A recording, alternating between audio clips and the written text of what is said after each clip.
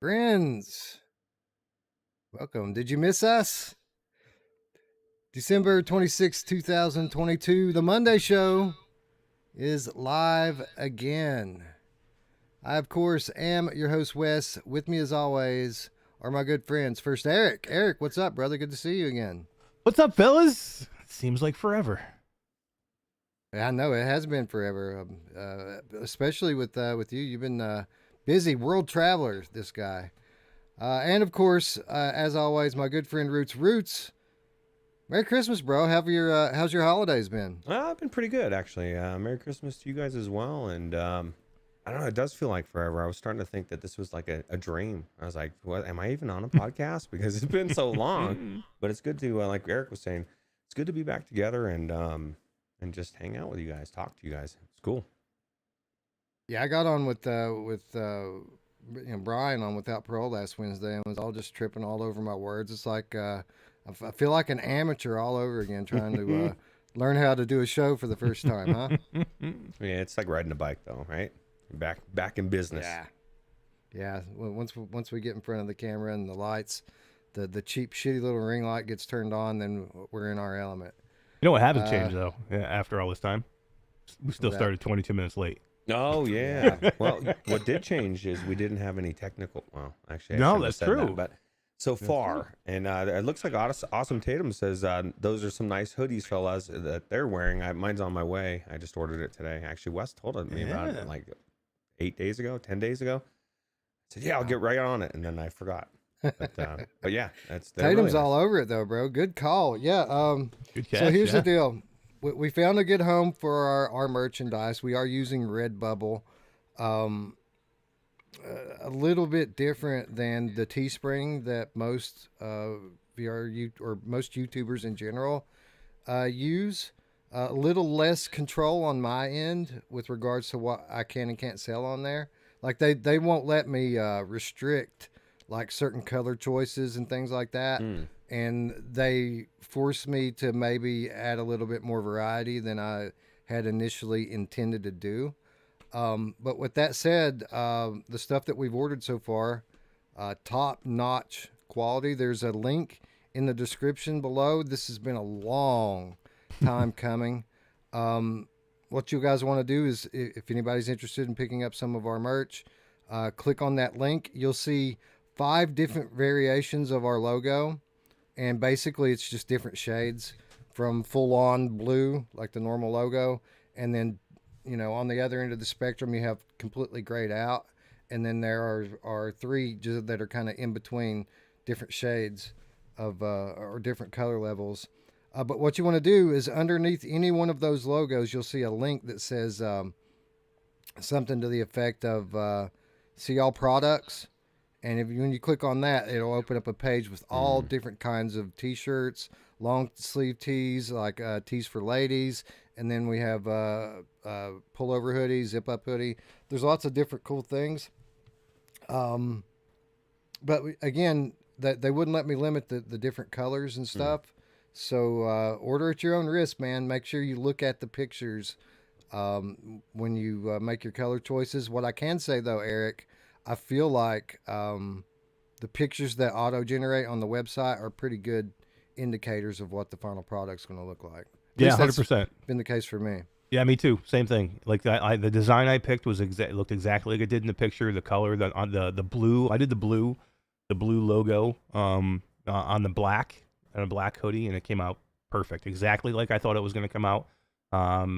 T-shirt coming soon too. I think the T-shirt will look exactly the same. But man, the hoodies are nice too. The material is really good. I mean, you went with pretty much a top-notch quality of stuff. I mean, there's some shitty hoodies out there. You can get like these super thin, crappy hoodies that never fit, by the way. They're always off size. These are good size. They pretty much fit exactly the way they should, I think. I think maybe a little on the small side. So if you're a large, you might want to go to an extra large. Yeah, and the T-shirts are the same way. Now, there are a variety of different T-shirt options. I highly recommend, well, it depends. The best T-shirt that they sell is the Tri-Blend T-shirt. It's super soft. The screen printing is really high quality on it. The thing about the tri-blend shirt though is there aren't a whole lot of color options. So if you want to get a different color, you might want to go for the essential tee, which is it's a full cotton tee, but I think it's like combed or something like that to be extra soft. So it's also really really good option as well. Oh, I was just thinking somebody. I was like, something weird just happened. Echoing the I think future. you timed out. I didn't, but I think I was Oh, like, no? I don't know what happened, but I know my son's watching the stream down on my phone, and so it's very possible that he somehow Yeah. accidentally. It said he deleted. He deleted. It said Roots deleted. timed him Agree at Wolveraza with Echo into the future, and then you timed him out for 300. Well, I'll tell you what, you better stop messing around, Echo into the future. That's very. How dare bizarre. you agree with Wolveraza? Oh, somebody agreed with Wolveraza? Oh, how Yeah. dare you, bro? Yeah, I think Wolveraza said missed Roots trippy bubbles. Yeah. So Well, Echo tried to say I agree. apologize, Equin. I don't know how to fix it from here either. Yeah, I don't think you can. I tried. I don't think you can. But I can. You're timed out. I didn't do it. I swear to God. You know what's weird that I was going to ask you, Wes, is the beanbag virtual strangers there? I know that Ooh, flip-flops? Eric, you guys had like so many things of flip flops and all this stuff. I'm assuming it's not, but Dude, no. And then look, there could have been. Redbubble offers the most ungodly wasteland of consumer garbage you've ever seen in your life. They will put our logo on literally anything. So literally for every one of these different logo variations, I had to go down a page of like 100 items and be like, nope, nope, nope, nope, nope. We're not doing that. We're not doing shower curtains and all What? this stupid, crazy bullshit. I want a virtual stranger shower curtain, bro. yeah. That would be amazing. I think over time we'll probably unlock some hats and That would be cool. How about a drink, like one of those drink, tumblers? Oh or yeah, whatever. yeah. They had some coffee cups and Yeah. stickers were pretty cool too. I want a Roots coffee cup, and I want a virtual stranger's coffee. I got cup. my coffee cup right here too. I actually was going to drink some Oh, coffee. look at that! Look at that! We're Roots with no beard. I know Roots with no beard. If anybody I need- wants to see a picture of Yeah. Roots with no beard, zoom in on that. Yeah, for I real. actually need to read. I was thinking I need to make another cup because it's like ridiculous that that's the only one that's out there. Like, Roots this with is no me. beard Roots with no beard is like virtual strangers without my mom. Yeah. We need a new Roots mug, and it would be cool if you could make one of those like German style beer steins where like your beard comes over and makes the That handle. would be cool. That would be real cool. Yeah. I don't know how to do that though. I like it. That's Yeah. way over my. Todd probably knows how to do it. We'll take it to Fiverr or maybe maybe Task could 3D print something like that. Yeah. Roots, it wasn't just one message from Echo No, in the it was future. You everything. You deleted. It was everything, and then, like there was some good stuff in there. Like Oh no! he said something about his channel. Yesterday was a very special birthday. Justin Trudeau turned 51, and my channel turned 1 year old as well. Oh, and some Jesus stuff. Hey, So hey, congratulations! on yeah, the 1-year-old congratulations channel, on the man. 1 year, and hopefully me saying that out loud makes up for what happened because I don't know. I feel really bad. Yeah, Echoes has an awesome channel. He posts on the Discord all the time. If you want to check it out, pro level, in Death Unchained player. yeah. Like this guy is killer. I want to see you At two go up in-depth. against each other. Oh my god, that would be awesome. Do they have something? It would be a something no like that? contest. Yeah, I'm not on that. I'm okay for like a casual. I'm not on that level. Not even close. Anyway, good to see everyone in the chat. Good to be back on the air. I've missed doing this. Let's talk a little bit about 2022 show because I'm sure a lot of you all are wondering what the plan is with that. Typically, we go during the first week of January. Obviously, that has been interrupted because we're covering CES on the ground this year. So obviously, that whole first week of January was blocked out, and we played with the notion for a little while of maybe pushing the show up sooner, doing it during this week. But after the last show we did, we kind of compared schedules and realized that our schedules probably aren't going to allow that. And then after that, I got it. I got the famous virus that has taken the world over the last 3 years. Finally came down with it, and that was kind of the nail in the coffin on the 2022 show ever happening. And 2022 because I was down for like a week where I didn't really have the wherewithal to do much of anything. But we survived it. Ruuts, I got it. I finally got it. I guess I probably should have worn my mask more, right? Yeah, that seems to really work. You know Two, what's you should funny have wore is, 2 masks. yeah, 2 or 3, 4 maybe even. Or maybe like, you know, they had the cut in for like people in school and they were playing their instruments, but they had the mask on, but they had it cut around their mouth because that works too.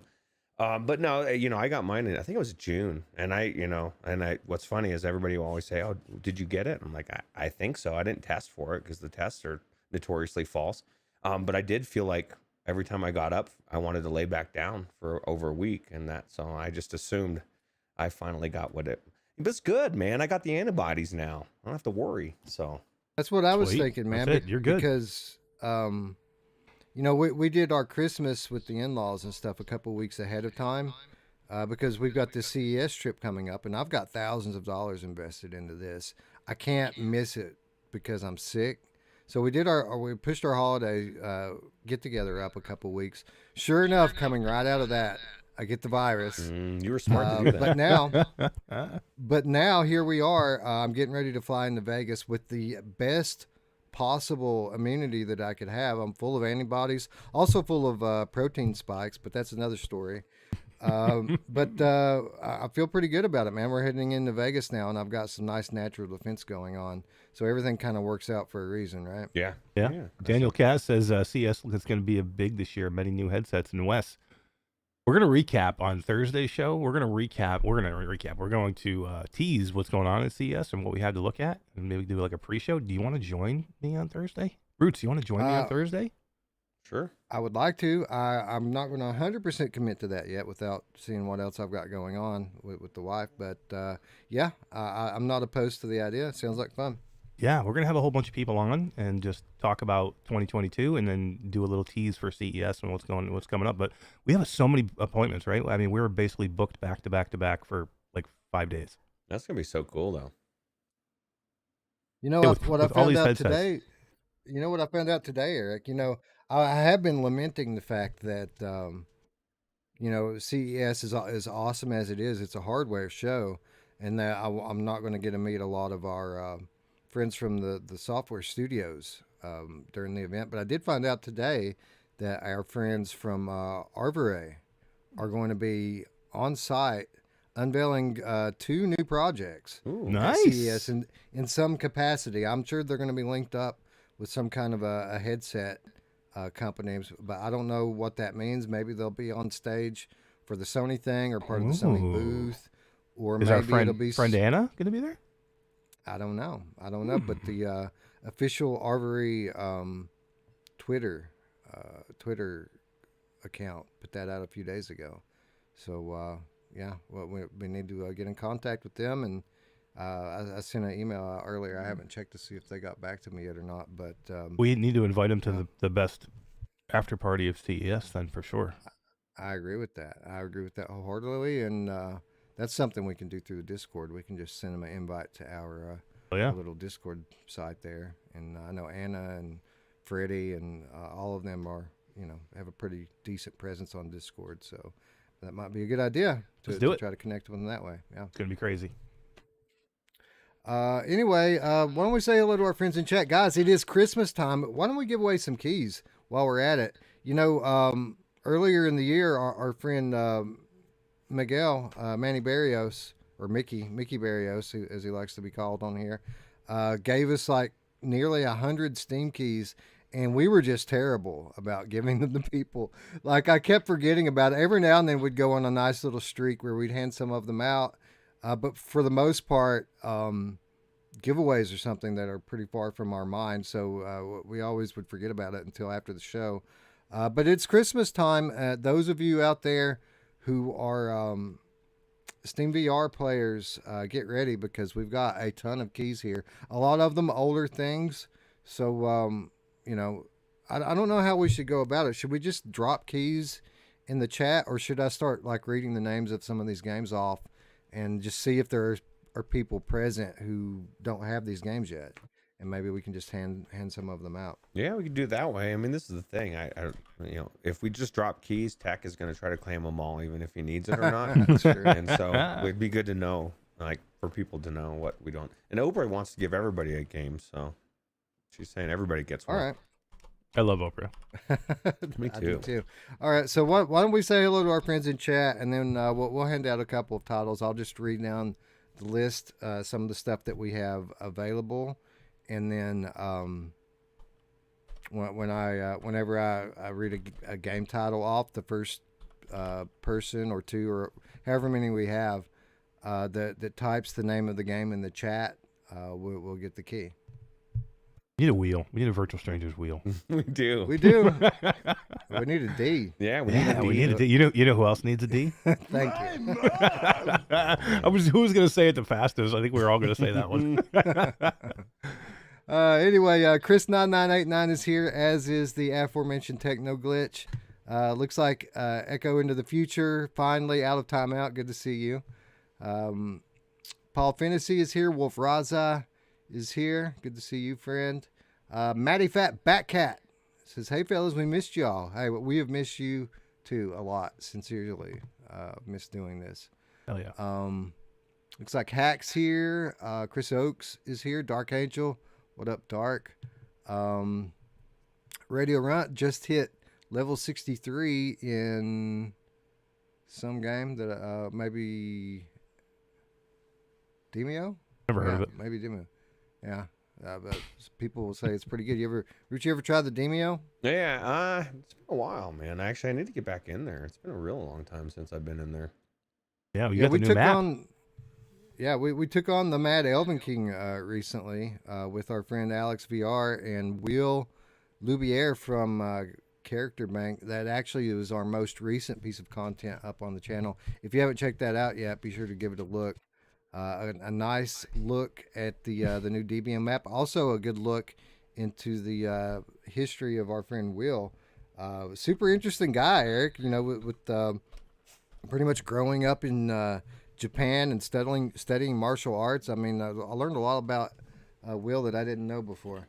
I've hung out with him a couple of times, and like I didn't even know about the martial arts thing. He had never told me that before. And, like we had met like 2 or 3 times now, and like hung out and done stuff together. And that's the first time I ever heard that. So it was cool learning some stuff I didn't even know. He's like a real life karate kid. Yeah, you wouldn't know it if you saw him though. You look at him, you're like, I'm not seeing karate here, but I think it's all about battling in the mind and the body. That's right. Old Arth in the house. What up? Push Sony hard on hybrid gaming. Yes. Of course. Let's see here. Daniel Kaz is in the chat as well. Hello. Tatum is here as always. Paul Fantasy. Oh, yeah.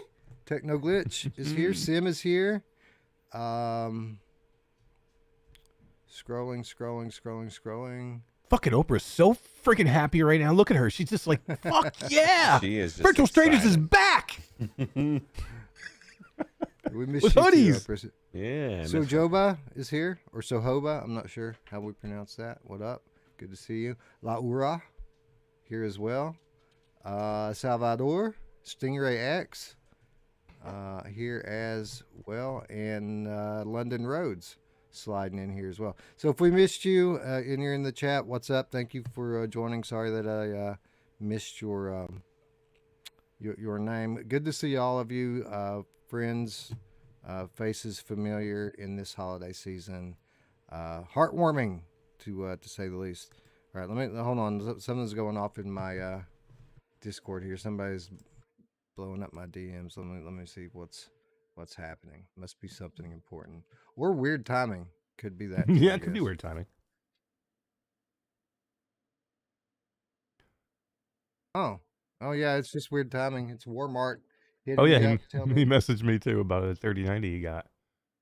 Yeah, Is that's that what he- exactly what he's talking about. Yeah, Yeah. got a 3090 on Facebook Marketplace for like $500. That's crazy. That's crazy. That has to be a miner that is dumping it, but for $500, man, that's a steal of a deal. I don't care where it's God. coming from. Cards are so cheap now, man. If you want a PC VR game, man, now is the time. Go get yourself a. You can get a 20 series, freaking pretty damn cheap right now. You can get a 2080 for probably $400. Yeah, I talked to somebody recently that had picked up an open box 3080 for like $400 from some crazy. store. What? So, yeah. Oh my god, I paid $1,200 6 months ago. I know that, and I got it like 2 months Yeah, after you, and months ago. I paid like 1,000, and now the 3080 Ti is that same card is probably what 7, 6, I mean 8, I don't know, 850. Should have waited. I should have waited. Yeah, we should have just been slumming on those 1080 Ti's for a little bit longer, huh? Yeah. Oh, I'm happy with my 3080 Ti for the Win Ultra 3. Yeah, me too. Just the actual name, That's it. and I feel special to say it. Because EVGA, you can't get EVGAs anymore. At least not. Well, that's any just it. new I mean, ones. we're yeah, both of us are rocking TIs and EVGAs, and I got the card I wanted. You know what I mean? Yeah.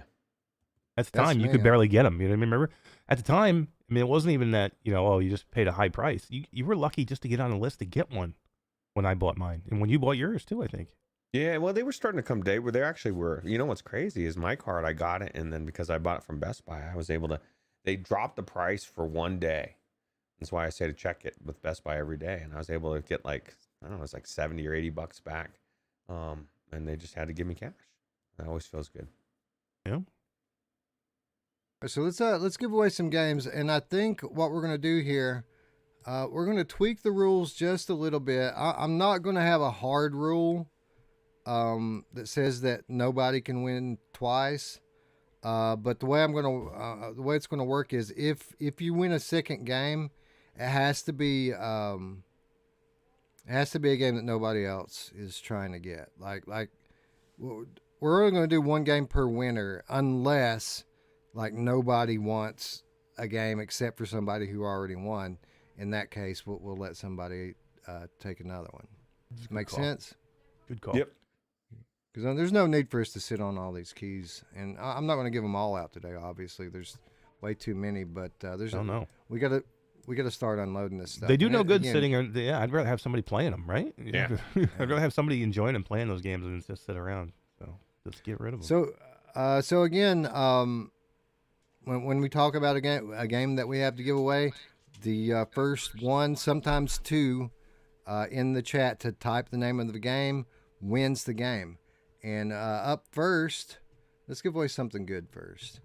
How about Contractors? A lot of people, very popular game on our server. People still playing this on the weekly. A lot been said recently about Contractors. A lot of updates.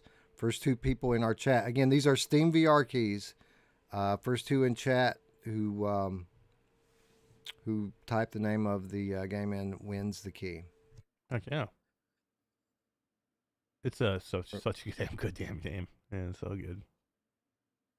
Got Especially Old the new North. I maps, guess I too. need to get some. I guess I need to get some pen and paper now. Yeah, dude. Yeah. Well, I it's can, just like I- before we I make can do this it a for you, Wes, nightmare. if you wanna. I can do it for you if you don't have it. Yeah, well, you should do it as well, and that Okay. way I'll have a backup in case Got I it. miss something or write something down incorrectly. What? She's got. So, have you guys, Hold on. either of you, Let me tried grab my Vertigo 2, the new I demo? did not. Oh. I might try it tomorrow, actually. I have not either, but that remastered was so good, and I've been looking forward to this game because I think it's actually it's gonna be like an actual AAA depth game, right? Like, it just I think it's gonna be really good. Yeah. Were you giving away 2 keys or just one? 2. So you got, as far as I know, we got one more to give, guys. So we got one person that said it. Old Darth. Anybody else? Well, Awesome Tatum did as well, but it Oh, was did in, he? it was Okay. in a statement. I don't know. So Contractors had some good updates lately, so my guess is he's already owns it. Yeah. Just type just the word Contractors, guys. Otherwise, we don't know who wants it. So we got Old All right. Darth. Old Darth and I don't know. Tatum says Contractors, but it's a statement. It says Contractors had some good updates lately, so I don't Yeah, know. that's what we just Tatum, said. are you trying to win or do you already have it? Probably already has it. So Old Darth definitely won one. So, Contractors. Darth. Do you guys think there'll be Quest 3 at the CES? I don't think so. Right now. No, they I'd said love that it. they were definitely going to announce it this year, though. They've reaffirmed that over the last week or two. I did say that I was one of the people that was on the wagon of saying I don't know if we'll see one in 20. There's a very good possibility we might not even see it in 2023, and it might push it to 2024. I've changed my tune on that now, and I think we might see it sooner in 2023 than I think. So there's a good possibility we might see it sooner. I thought I read somebody had said that the pass through was better in Quest 3 than in the Pro. Yeah, I read somebody said that on our Discord. I don't know what that was based on. But I think they said they heard that it was going to be better. Yeah, I think it was based on something Brad said. Yeah. I don't know. I didn't catch all of Brad's stream the other day. I started watching it, ended up falling asleep. So yeah, Old Darth won. I don't think anyone else entered for it. I think Technoglitch is trying to probe Laura to grab it. So I'll go ahead and write. I'll write Laura's name down here. Laura, just hit me up if you want a copy of Contractors. We have another one. Tech says she wants a copy. Would make her happy. All right, Laura went. It is then. There you go. Go ahead and. All right. So cool. What else? What else? What else? Let's see here. You know what? Let's do one. Let's do one that I actually paid for because I know for a fact. And let me just verify this. I'm pretty sure I picked up some copies of the original The Walking Dead Saints and Sinners on Steam to give away. Ooh, that's a I good bought one some too. of those earlier in the year. Yeah. So The Walking Dead Saints and Sinners, I think we've got first two in the chat to type the name of the game out wins a copy of that game on Steam. This is the original. I was going to say, that's the original. It's not even out yet on PC. The second one. All right, exactly. Steam keys. So let's see here. Order history.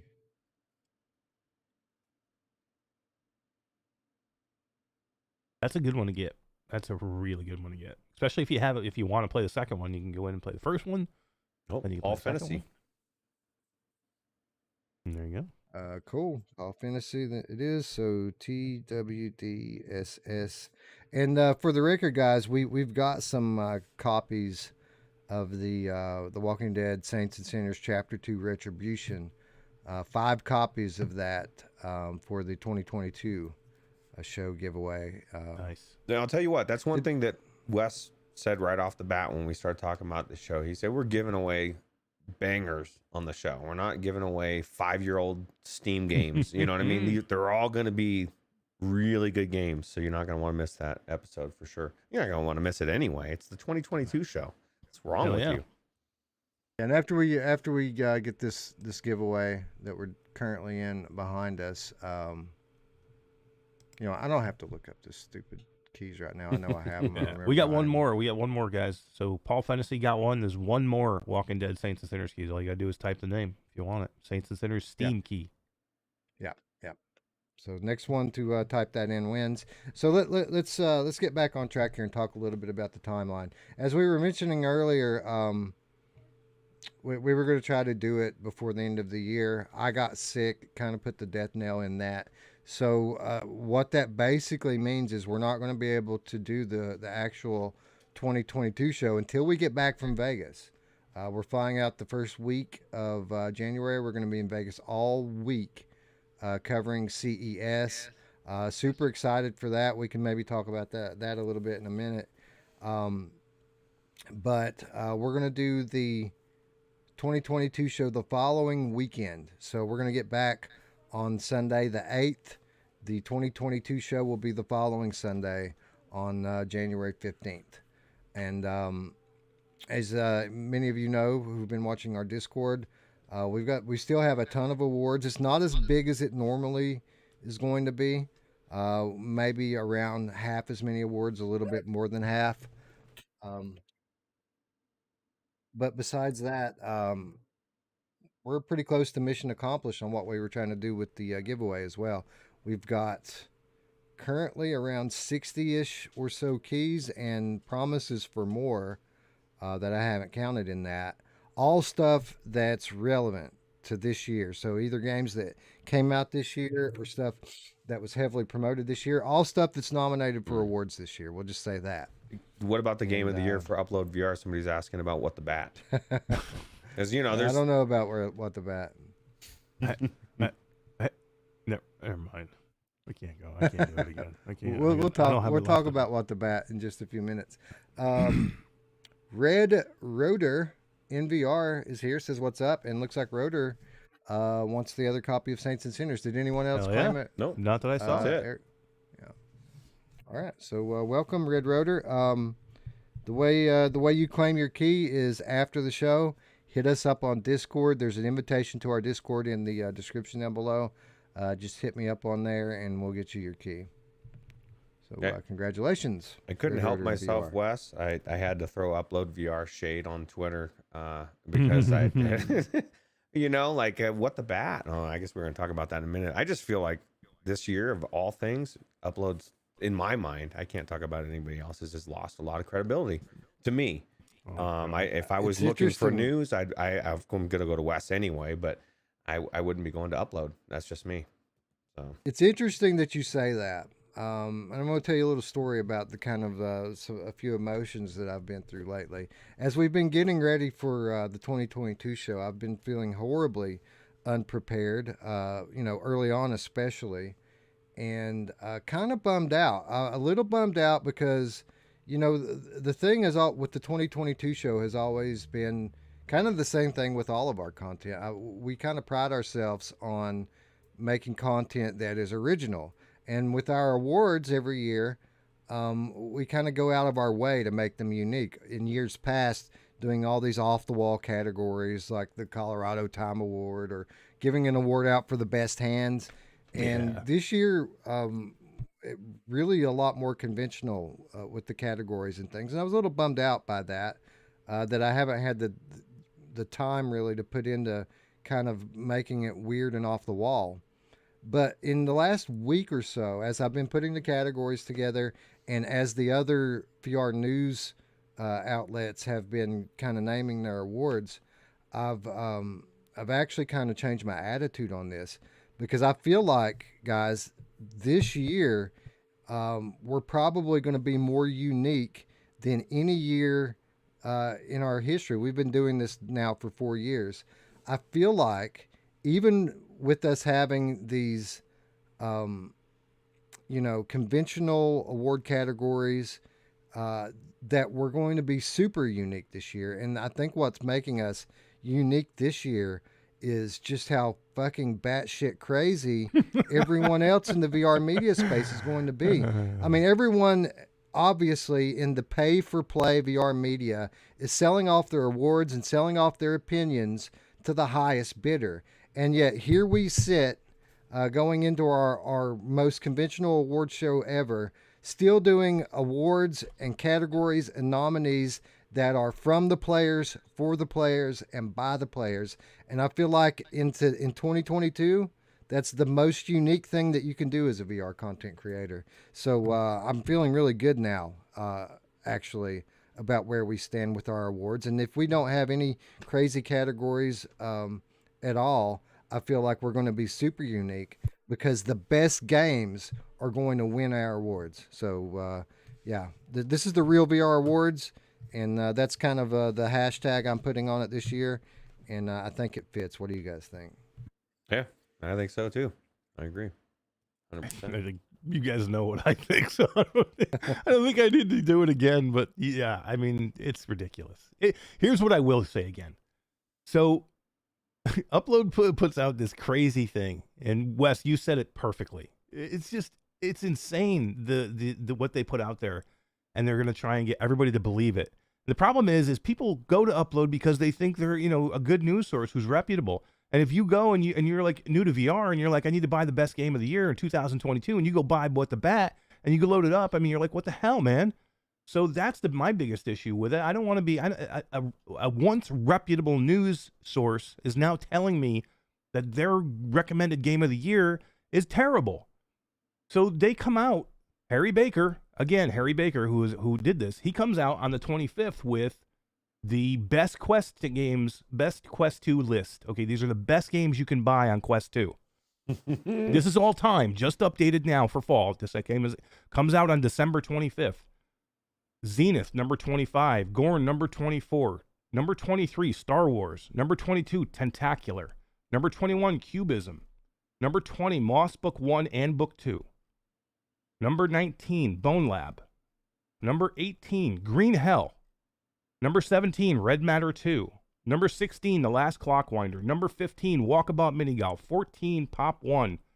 Echo VR. Fisherman's Tale. 11, Table Tennis.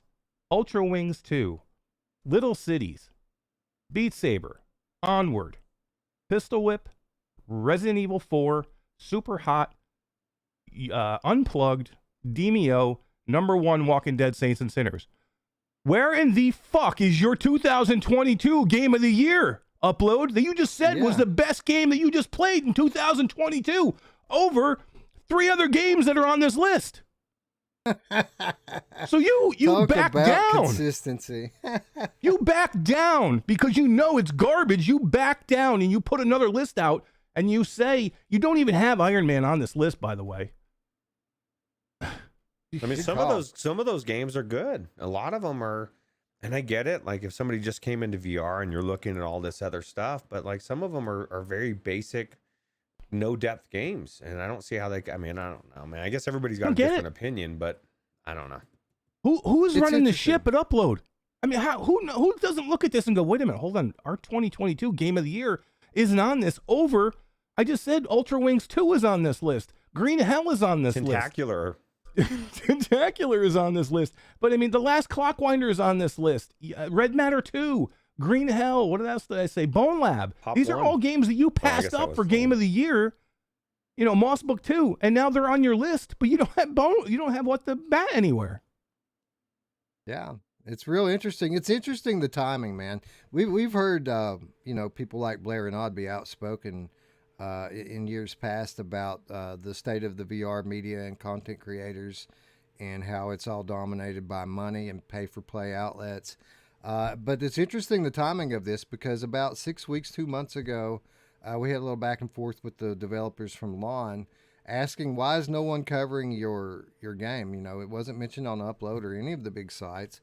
And they say everyone's pay-for-play now, right?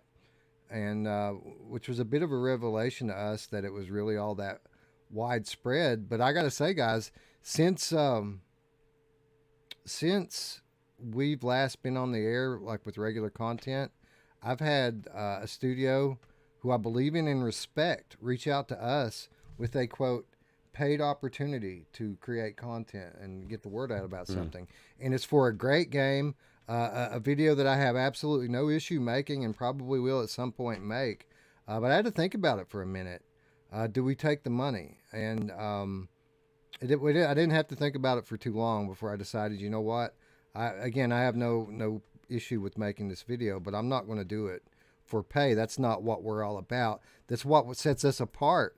And what will always set us apart from these other media outlets is that we're not doing this for money. We're doing this to bring the truth to the players. We're doing this to tell people what the good games are from the perspective of a player, of someone who loves VR.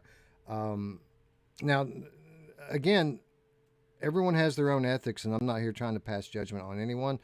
We will take donations from anybody. Our PayPal's in the description down below. Our P.O. box is down there. If you guys send me your T-shirts, VR devs, you can send me all the stuff you want. But as long as I'm here, I'm never going to take payment for content, and I'll never sell off our Game of the Year, which is kind of what it feels like is happening, not only with Upload VR, but with multiple other outlets as well. It's a slippery slope. I guarantee a lot of these places that are doing it started out with one person reaching out, and you know what I mean? Like as soon as you open that door, how credible can you be? I don't know. I agree 100%. So be a news service. I don't care. Charge money to have like ads on your page, but be a news service then. Don't do these lists and don't review games. Be a news service.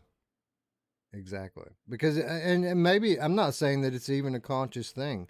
I mean, maybe and this is another argument we've heard Blair make that like even if people have the best intentions, sometimes taking that money skews how you review a game. Maybe it's a case where like What the Bat was super generous with what they were paying people to cover the game, and then somebody got in there who benefited from it, played it, and was just like, man, this is awesome, and they convinced themselves this is the best game I've ever played.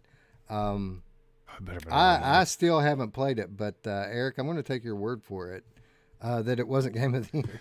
Dude, you can go watch I did a 15-minute video on it that I just felt I had to do. You didn't give it enough I don't time. like.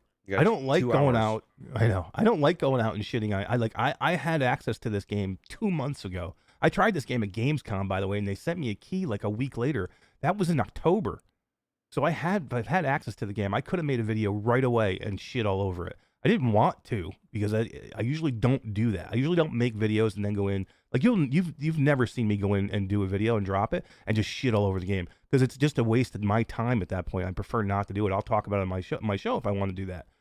But after they voted it Game of the Year, I'm like, I need to go in and show everybody what the hell this game is. So I went in and played 4 whole worlds. I edited it down so it wasn't that long. It was like a 15-minute video, and it's complete garbage. So I didn't want to hear anybody go, oh, Eric, it's just you. You don't play these games. These aren't for you. You don't do it enough. Get in there and play and watch that video and tell me that that's VR that you want to do. Tell me that that's the VR that's the best 2022 has to offer. That's what they're saying. That's the thing. We're not saying that there's not people that wouldn't enjoy it. I'm sure there are people that enjoy it, but how could that game be best game of the year over like the bangers even Bone Lab? I mean, there's a lot of really good games that came out, and that's a game about a bat. It's pretty much the gun game that the American gun game with a bat instead. That. So yeah. It's exactly that game. It's exactly that game, but maybe dumber. It seems like a fun $5 piece of comedy is what it seems like, and it sucks that we can't enjoy it for what it is because of the price tag and because of the shine that it's gotten from once reputable VR media sites. But, yeah. How about not letting Road to VR off the hook and saying the PC VR game of the year is Last Clockwinder? Because I think that's garbage too. I mean, again, a better game than What the Bat. I agree, a better game. And I'm not saying it shouldn't be on a list, but that's the one you vote. There's a lot of freaking good PC VR games out there. That's the one you give it to. It's not even on our list, by the way. Yeah, I'll if you want to question their judgment, fine. I'm not going to challenge their credibility and on that one because the Last Clockwinder is an exceptional game. Was it the game of the year? No, it was not. It shouldn't even been on the list. It was a very good game, and I can see certain people. Beardo Benjo, for example, that's his game of the year as well. I don't think he's taking money to say that. I think he's being genuine, and I'm going to extend the same kind of benefit of the doubt. I went back in and played it again after they voted it. I went back in and I spent an hour and a half in there again, past where I played it last time. It is not anywhere near Game of the Year. Over Bone Lab, over Moss Book 2, over Wanderer. Again, these are some of the best games you'll ever play. You cannot go out and tell me that Last Clockwinder, which is a good story and an okay game, puzzle game, you can't go out and tell me that's Game of the Year. Again, I wouldn't argue if it was on the list, but to me, it shouldn't even be on the list, and you're going to give this the best. Yeah, I mean, I agree. Red Matter 2 is a PC VR game. Red Matter 2 is fucking amazing. The problem with this is you do a disservice to these other developers who did it right and made fantastic games. I mean, they worked their asses off, and some of these lists people really look forward to winning and be on. You know what I mean? If you wrote What the Bat as Game of the Year, that is basically you shitting on the developers that did it right and worked their ass off. Agreed. Will Raza has a good point. Says Meta has Last Clockwinder as their Quest game of the year. I noticed that myself. Insane, bro. Insane. Yeah. I don't get it. Did anybody play any good VR this year? It just shows you. They have short memories, don't they? Yeah. Seriously. Again, I don't want to kill Last Clockwinder. It was an okay game. Again, okay, not a game of the year. You know, it's weird. It's kind of like everyone made these kind of decisions. It's as if they're saying, "All right, so um, it's like they're all trying to be different. Like every single one's trying to be different, but by in doing so, the really great games that deserve to win this year are being overlooked. I mean, Moss Book 2 did get recognition at the VR awards, but from what I can tell, that's it, man. Like all these other great games are being overlooked by the VR media. Again, I feel bad. I wish we had a bigger platform, and that therefore uh, uh, maybe a few more people would know about our awards. But I think it just serves to lend legitimacy to smaller platforms such as ours that are still doing it the right way. Yeah, because you know what? We played all these games. I guarantee Yeah. they didn't put the time into these games. There's no way they could have. I think part of the There's problem exactly. too is what Space Dennison said. The best VR this year was mods and the AAA games. And so like if you didn't play any of that and you're still stuck in this old school VR world where AAA is not a thing, maybe you do believe it's amazing. Because after I played all the VR mods, it made a lot of games look like shit to me. I was like, like I would something that I might have loved. It's like the depth of it was so shallow when you look at next to another game that, granted, it's got the money put into it because it's AAA, but that's why it's so good, And so I don't know. I think it's a weird conversation in that respect as well. Yeah, well, I will say that the modding community put forth more great experiences than the general VR library. Um, but the great games that came out in VR were great this year. Like Red Matter 2 is legitimately great. Yep. Wanderer was legitimately great. Moss Book 2 legitimately great. And we had a list probably 10 or 12 deep. Everything on our Game of the Year list was exceptional this year. Now, I think where we were lacking was a lot of the mid tier games and kind of the indies. We had a couple come out toward the end of the year, but it hasn't been as populated as it has been in years past. Um, but the bangers were bangers this year. Like our great games this year were as good as they ever have been in years past. So hopefully everyone is getting a chance to try those out. And if you haven't, you might want to turn into the 2022 show because a lot of those games that we just mentioned we're going to be giving away. Anyway, one more item to touch on before we get into the actual categories this year. We mentioned how we're never going to take money, direct payment to make content. That's why it's so important for people to support us through the means like Patreon, like donations on YouTube. And I want to shout out our patrons and others. We've had a few people that have came through with some very generous donations for the holidays. We've had some people switch up their monthly amount on Patreon, and we appreciate all of you. Thank you for your support. It's everything. Everything we make is from you guys. We don't make anything from YouTube hardly. Everything we make is from you guys, so we appreciate you so very much. The Patreon meetup. So we say we choose our award winners the right way. We talk to our patrons about it. Not only do we run polls for our community, we talk to our patrons about it, and we're going to be doing our Patreon meetup this Friday night. So I'm going to put a message out through the Patreon. Please RSVP.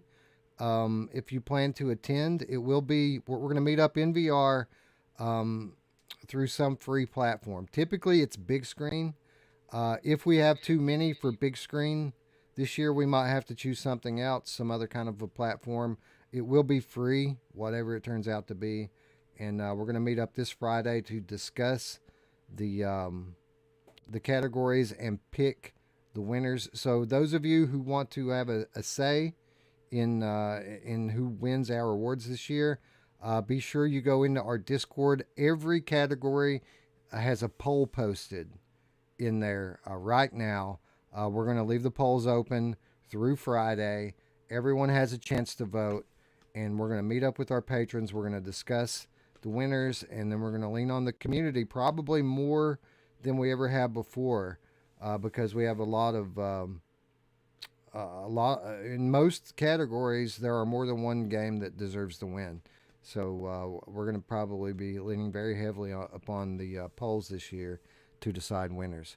So again, everyone, you don't have to be a patron to vote. Just go onto the Virtual Strangers Discord, click on the category, and vote for who you want to win. Patrons, be watching your inbox. I'll be sending out the message tomorrow for you to RSVP to if you want to attend the annual Patreon meetup to decide who's going to win the 2022 show awards. Yeah, have a say in it. Have a say in it. Come in and debate with us. So what happens is we go in and we debate. Like we don't always agree. I remember last year we had some serious like debates. Like we were like serious. Like I remember being in the car for some of them. It was so long we were doing these, and we had some serious debates. If you want to come in and debate with us and really have a good conversation about who is going to win these categories, come on in, because we're going to need you. We will need you for sure. Come sell us on why What the Bat should be the game of the year, even though it's not on the list. Yeah, open invite to Harry Baker. You don't have to join our Patreon, dude. Yeah, we will let you make your case. He's in. Yeah, he's in. Doubt he's in. Looper the Underground Game Cat with the 5 quid, or I guess that's maybe €5 donation, says Televinagro not in consideration for PSVR Game of the Year. How dare you? We only did, I think. Thank you. We only did 3 for PSVR Game of the Year. And to be honest, if Televinagro had come out 3 weeks ago, it probably would have been on the list, at least to be in the discussion. But same thing goes with Survive. I mean, these are 2 pretty decent releases for PSVR in December this year. They just came out too late. Like, we had to cut it off at some point, and we did include stuff that came out at the beginning of December in the other categories. But Survive, Televinagro, they came way too late, and it kind of sucks for them because next year we'll be talking about PSVR 2. Yeah. And I'm sure they'll be long forgotten by that point. Well, I don't know. Inagro is coming to PSVR 2, so maybe Tales of Inagro was great too, man. That was a great game. I don't know how the port is to PlayStation VR, but man, it was a great game. It's no What the Bat. What is really? Can you imagine, like, we go into this conversation and Wes and I just start pushing for What the Bat? Eric's head explodes. It's like, what the hell is happening here? Seriously, I'm gonna have a heart attack, man. Oh my god! I almost reached out for giveaway keys, and I thought, no, that would be wrong. Can you imagine if I was like, hey guys, can I get some keys to give away?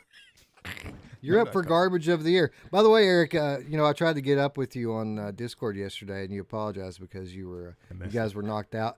I was wondering if you had any other suggestions for the garbage of the year category. Well, I will think about it while we're talking, and by the time we get there, I'm sure I will have a couple of shitters I can add to that list. So yeah, I got started on the disappointments of the year, which we do every year, and the list had gotten so long, I decided to break it in 2 and put like the crappy games in their own category, the brand new category for 2022, garbage of the year. I love it. There was actually a lot this year, Yeah, there was a lot of garbage. The list you have on there is very good, by the way. It is a very good list. We're very bad. It's a good list, but it's a list of bad shit. That's the one we should talk to Gamer Tag about. Yeah. Oh yeah. Well, I mean, we'll probably do both of them because he squirms whenever we do anything negative, which he might be into it this year. He some of his content's been a little bit more negative this year than it has been in the past. He might like doing the negative stuff this year. Yeah. I like this. I want to see him rant. I want to see him lose it and rant. He's been calling me like the rant queen, so I want to see him lose it. Yeah, I'm sure there's something. He'll have every opportunity to. Let's get the king of rants back for this. Let's bring Anthony in for the garbage of the year. I talked to Anthony recently, and he just hasn't been playing VR. He sold all his headsets and shit off, and he says he'll be back in 5 years. Is basically what he said. Okay. Yeah. It's he's became very disillusioned, I guess, with the state of VR over the last year or two. Anyway, why don't we give away another game and then get into the categories? Let's see what else what other kind of goodies do we have in here? Here, how about this? No, we'll come back to that one. There's a better spot for us to stick that. Let's give away a copy of the original Ultra Wings. We have 2 of those to give away. Ultra Wings, an excellent, the OG VR flight game. Ultra Wings is awesome on Steam and every other platform. But these are Steam keys. The first 2 people who type Ultra Wings in the chat will win a copy of it on Steam. Yeah. And you know who has a better spot for you to stick that? My mom. Oh yeah, they're talking Yeah, about hide I the wasn't- bat. Some people I are wasn't saying going they with that love one. it, and she doesn't. Chatty coming in quick. Hide the bat, huh? Yeah. Congrats, Chatty, on winning a copy of Ultra Wings. Anybody else want a copy? This is the original Ultra Christmas Wings? Is that time. what he said? Original Ultra Wings. Classic. Which is still Good game. great, by the way. Oh my Yeah, God, it's very good. fantastic.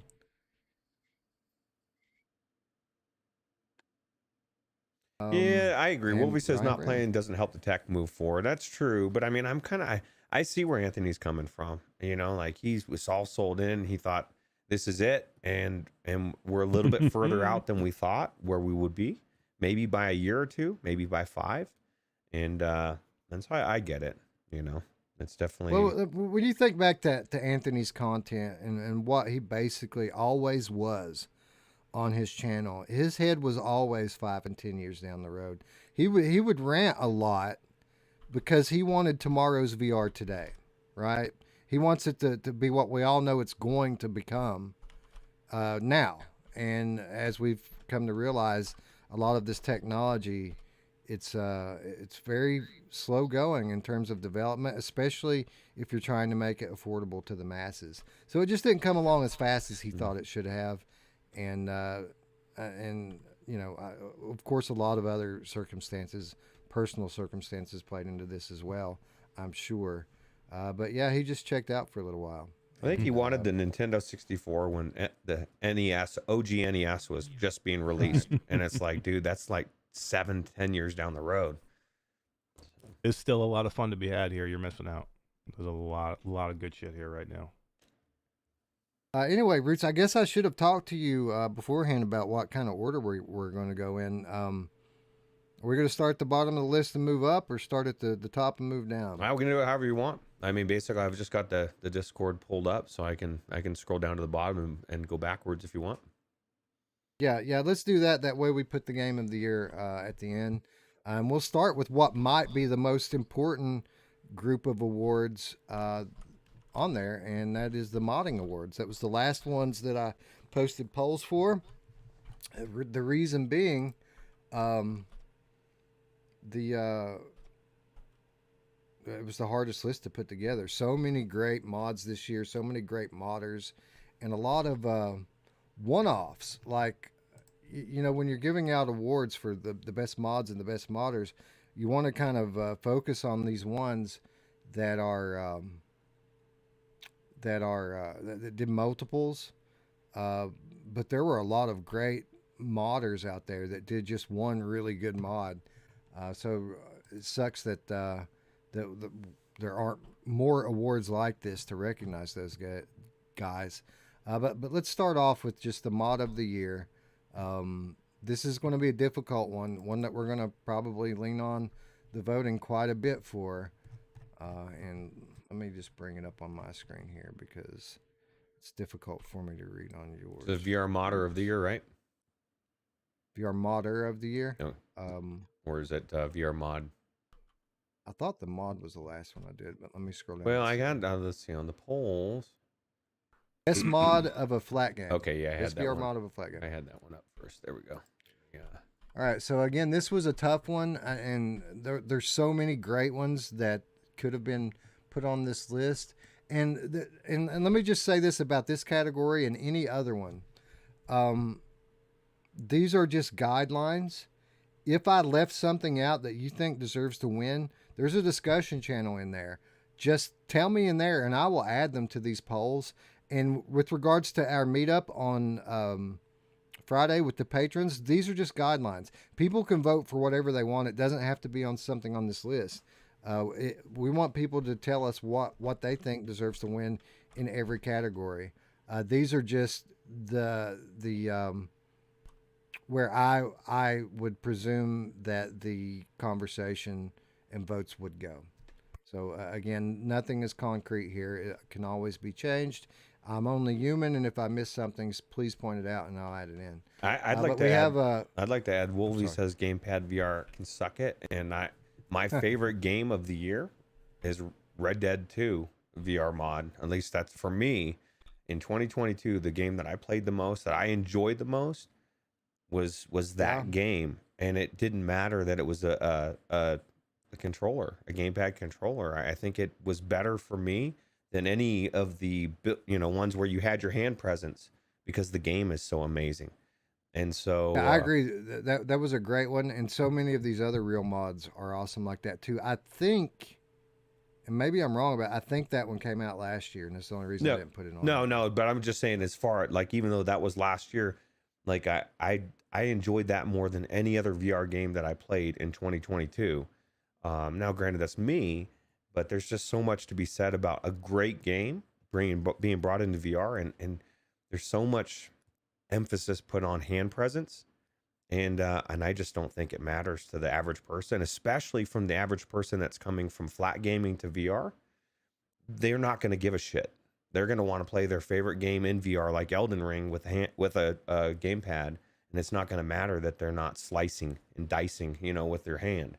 It's just, I think it's a non-issue, but I mean, I know to him it is. So Everyone's different, and I'll say this: when I look at these nominees, and again, we're 14 deep here, and I could have done 30 easily. When I look at this list, it comes down to 3 for me, and one of the 3, gamepad controls, and it might be the most fun I had in a mod this year. But obviously, you have the 2 obvious ones, right? Half-Life 2, amazing VR mod, almost native, that game. Resident Evil 2378, I put them all in one category because it's the same mod that works the same on a bunch of similar games. So we just call it Resident Evil VR. Again, very close to a native VR experience. But the other one that I would put in a category with those 2 was just based on how fun it was to play. Was a gamepad game. Ghost Runner was amazing in VR, and maybe the most fun I had playing any of these mods, and complete gamepad controls for that. Eric, anything on this list here stick out to you as a front runner? Yeah, I mean, there's a few on here for me, man. There's a lot of good mods on here. That's one thing I'm gonna say, man. This is really, really good. Ghost Runner was super good. Ghost Runner was fantastic, man. Ghostwire Tokyo was really, really good. Deep Rock Galactic, if we could ever get it to work, would be probably the one I would probably vote for. It's so good, but it's just not there yet because it's never right. I mean, all the Resident Evil games, 2, 3, 7, and 8. I mean, this list isn't. Now, I saw somebody playing Bendy and the Ink Machine. It looked kind of fun, but I didn't play it myself. Left 4 Dead, that we did Left 4 Dead earlier on. It was a little janky, but I guess it's a lot better now. And I thought Elden Ring was really good too. Elden Ring, when you could control the camera the way you wanted and put it in the spot you wanted, I thought it was really good. Yeah, Elden Ring interesting because there was another mod that came out for that later, if I'm not mistaken, that allows people to play co-op in that, like co-op Elden Ring. yeah, Think about that for a minute. yeah, That'd be sick. that is sick. I haven't tried that, but that would be awesome. Anyway, yeah, there's a lot of pluses and minuses. Deep Rock I put on here. I almost left it off because of what you said. There's a lot of jank. It is still pretty rough. But the people that play that game love it. Absolutely love it, and it's their favorite. So that one made the list. Firewatch felt like native VR. That game felt like it was made for VR. The mod was so well done by Raikou Parta. Just amazing work as always from them. Stray pretty good. I haven't had a chance to play Jedi Knight 2 yet, but I'm hearing good things about that. Gunfire Reborn was supposedly amazing. Quake 3, interestingly, Quake 3 I thought would be a lot more popular than it has been. From all indications, it's just an amazing, perfect VR mod. But people even people who love Quake, as popular as it is, really not playing it as much as you would expect. Left 4 Dead 2, again, a lot of people swearing by that one. Raft, I didn't play that one, but it was supposedly a very good VR implementation. And then Cyberpunk 2077, not perfect, but a great game to play in VR. And a game that, if you put the time into optimizing the settings, a very good experience. So yeah, lots of great mods on here, and again, we probably could have done this many more. So many great mods came out this year. It really was the story of the year, and I feel like again that this is this year's Game of the Year award, as far as I'm concerned, because there were so many good games and so much great competition. I think it's double-edged sword. I feel like this VR, all these amazing AAA games, it almost ruined a lot of the regular VR games. Like, because I want AAA anyway. Like, I don't mind playing flat AAA. Some of the best games I played this year in general, Elden Ring was at the top, out of VR, and so like I'm getting all these amazing games that are in VR and that are so deep and have so much depth to it. And then I got to go back to some of the games that people really love. That it's like I'm going into a game and I'm climbing ladders and I'm looking at my hands and I'm all the bullshit that I did 6 years ago that I don't give a shit about anymore. I being in VR isn't magic. It's the game still has to be there. You know what I mean? And so like it's double edged. They're so good that it's made it hard for me to get excited about some of these games, unless they are like the Bone Lab and the Moss Book 2, the top of the top. All the ones that I would last year would have been fine with, I'm like now looking at them a little bit differently. And I think it's unintended consequences, but it's good because I think it's opening people's eyes that we need more depth in VR and we're finally getting it. So, yeah, there definitely good stuff to play this year, but I feel sorry for people who didn't have a PC. yeah. You know what I mean?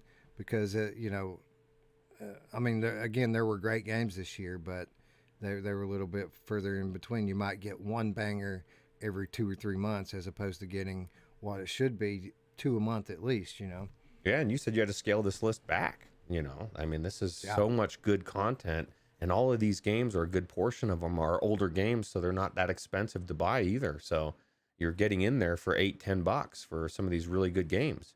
So. I mean, Dark Souls VR came out this year. Final Fantasy, the MMO Final Fantasy got a VR mod this year.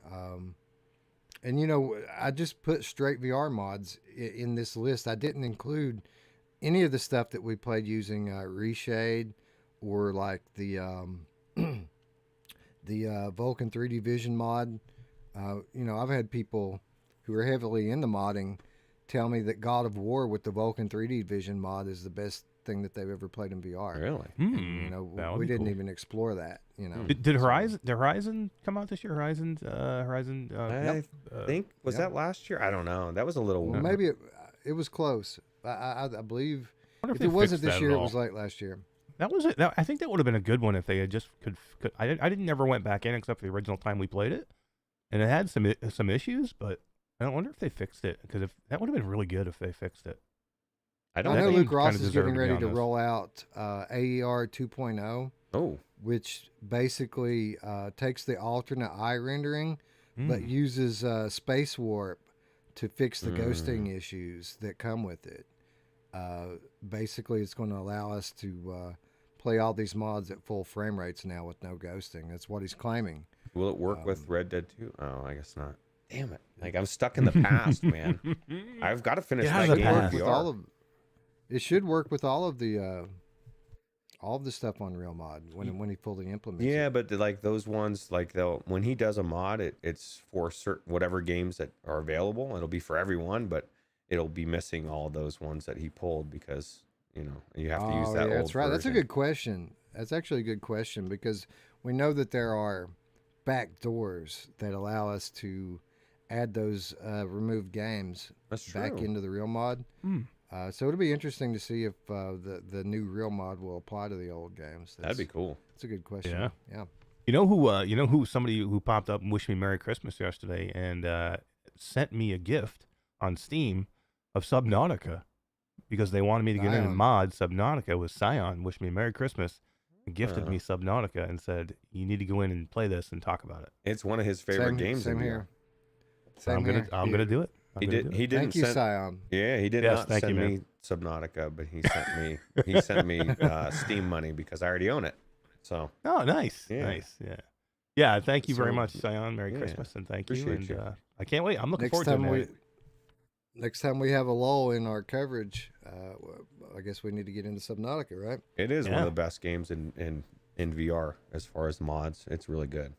Did they I've mod heard. in the one that was like frozen, the frozen Subnautica one or whatever it was called? Wasn't there one that was supposed to be like under ice or? I think somebody did, but I can't remember. I never tried it. You're talking about the sequel, right? Yeah. Yeah. I think that there's a mod out there for it. I'm not sure how good it is, but we will definitely get to that when the time comes. Thank you, Scion. Yes. You're Hell yeah. awesome. Anyway, let's talk about the modder of the year.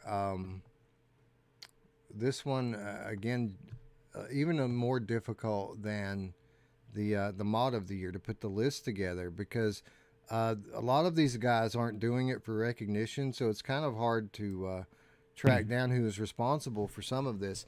And again, so many modders out there that just had one good mod to their name this year, one great mod. But I wanted to kind of keep this to those who impacted multiple games. So we have 8 here. Of course, we have Dr. Beef, or Team Beef as I like to refer to them, because he has quite a few talented people helping him with what he's doing. And I mean, the list for what Team Beef did this year is just endless. But I put a few here. I put Quest Z Doom, even though that's an older mod framework. We're getting new variations of it all the time. For example, the Legend of Zelda was playable in VR this year because of the Quest Z Doom mod. So I listed that down there, but also Dr. Beef did Bendy and Ink Machine VR, Jedi Knight 2, also doing Jedi Academy. I didn't list that, but that's true as well. And then, of course, Quake 3. Luke Ross, of course, the Real VR mod, and as I mentioned a moment ago, AER 2.0, which is just now starting to be implemented into certain games. Raikou Parda originally brought us the Left 4 Dead 2, not Left 4 Dead 2, but Risk of Rain 2 mod. This year brought us Firewatch, Stanley Parable, and Neon White, among others. Prey Dog, of course, the Resident Evil framework, which subsequently, not just for Resident Evil, Monster Hunter Rise works in that, and I think maybe Devil May Cry 5 also works in that same framework. Holy crap, Devil May Cry would be awesome. Yeah, excellent work from Prey Dog. Blue Sky Defender, which brought us the Depth 3D plugin for Reshade, which is what we used for all of our Reshade mods that we did this year. But at the same time, I thought Flugan deserved to be recognized because of his work toward bringing true geometry 3D into Reshade, which is a bit more difficult to implement, and the compatibility isn't quite as wide as the Depth 3D, but again, it's real full-fledged 3D, so definitely deserves to be recognized for that. Halifax brought us the Vulcan 3D Vision mod, which allows us to play in full real 3D games like Doom Eternal, games like Death Stranding, Detroit Become Human, Doom 2016 you can play with this, God of War like I mentioned earlier, an amazing mod that we didn't really get in and play with very much, but again, I've talked to people who have said that this is the best thing that happened in VR modding this year was this Vulcan 3D Vision mod. So definitely Halifax deserves to be recognized for that. And then, of course, Holger Friedrich, which brought the Half-Life 2 VR mod back from the dead. and of course the Dark mod, which is basically Thief in VR. So definitely great work from the modder who most people know as Folger, Holger Friedrich. So Did you guys pick up Ruuts? Death Stranding yesterday, or from Epic? Yes, Yeah, I did. and Okay. you know what I did too was I don't know if it's still going, and I should have put this in chat or in Discord, but I forgot. So I had actually bought Death Stranding, the regular version on Steam a while back. It was on sale, and I've been hoping for that game to possibly get modded at some point. So I bought it and I picked it up, and you can upgrade right now. I think you can still do it. You have to go check, but for $5 you can upgrade to the director's cut. Oh, for Epic, really? Yeah, really? yeah. So I got like a thing in Steam. They said to me, they sent me a thing and said, director's cut of Death Stranding is available. I just went in and clicked on it, and it showed for $5 I could get it because I already own the base game. Nice. So just go check if you have it and it's something you're interested in. Go check; it might be there for $5. Yeah, good This is deal. a game that I've been interested in modding for some time, but I've just kind of always held off on picking it up because it's an expensive game. We can't buy all of these AAA games, so it's kind of cool that it was free for Christmas yesterday on Epic Game Store. Yeah. I picked it up and played like the first 45 minutes to an hour of it flat just to check and see how it was. I liked it a lot. Like I'm really looking forward to seeing what they can do with that one. Like that would be a perfect one for Prey Dog to do on the new one. Yeah, and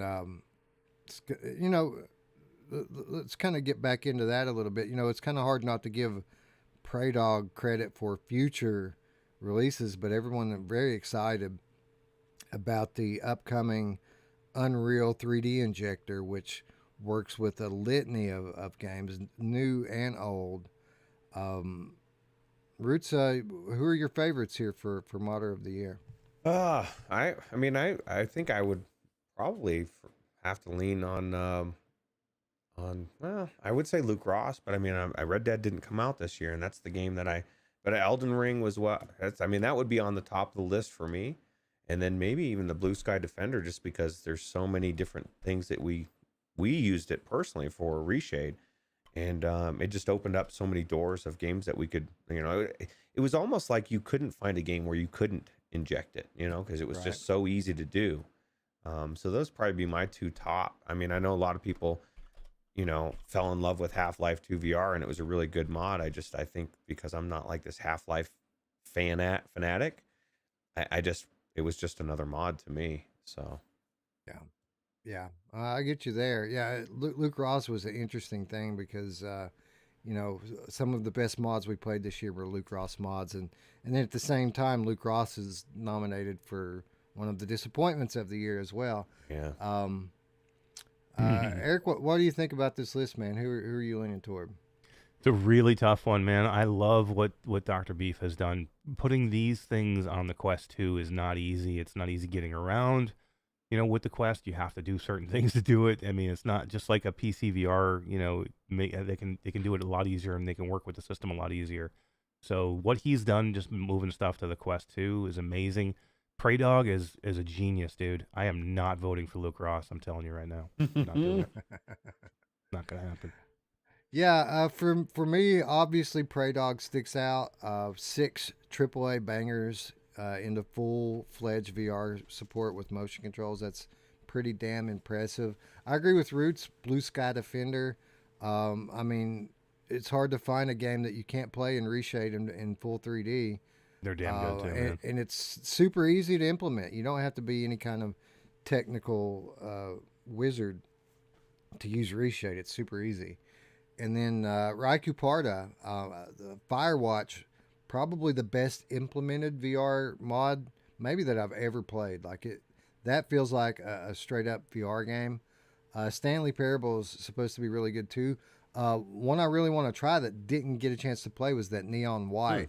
It looks fun for the same reasons that Ghost Runner was so much fun. It looks like super fast paced and something that was meant to be played in VR. So, yeah, I'd say Prey Dog, Raikou Parda, and Luke Ross probably are the leaders for me. But again, it's a very hard decision. Any one of these deserve the win. Right. No, 100%. Except Luke Again, Ross. why Except for Luke Ross why and that match. Well, there is a Poor lot Luke. of things to Poor not Luke. The like guy worked about his Luke ass Ross. off. He I'm worked not his saying. ass off, but he's hidden behind a paywall. That's strike one. Right. And then, take two and just all of that, I can see exactly why Mash would have a bad taste in his mouth, You know who else has a bad taste in their mouth? My mom! Or a good taste sometimes. Or, also. yeah, I guess it depends.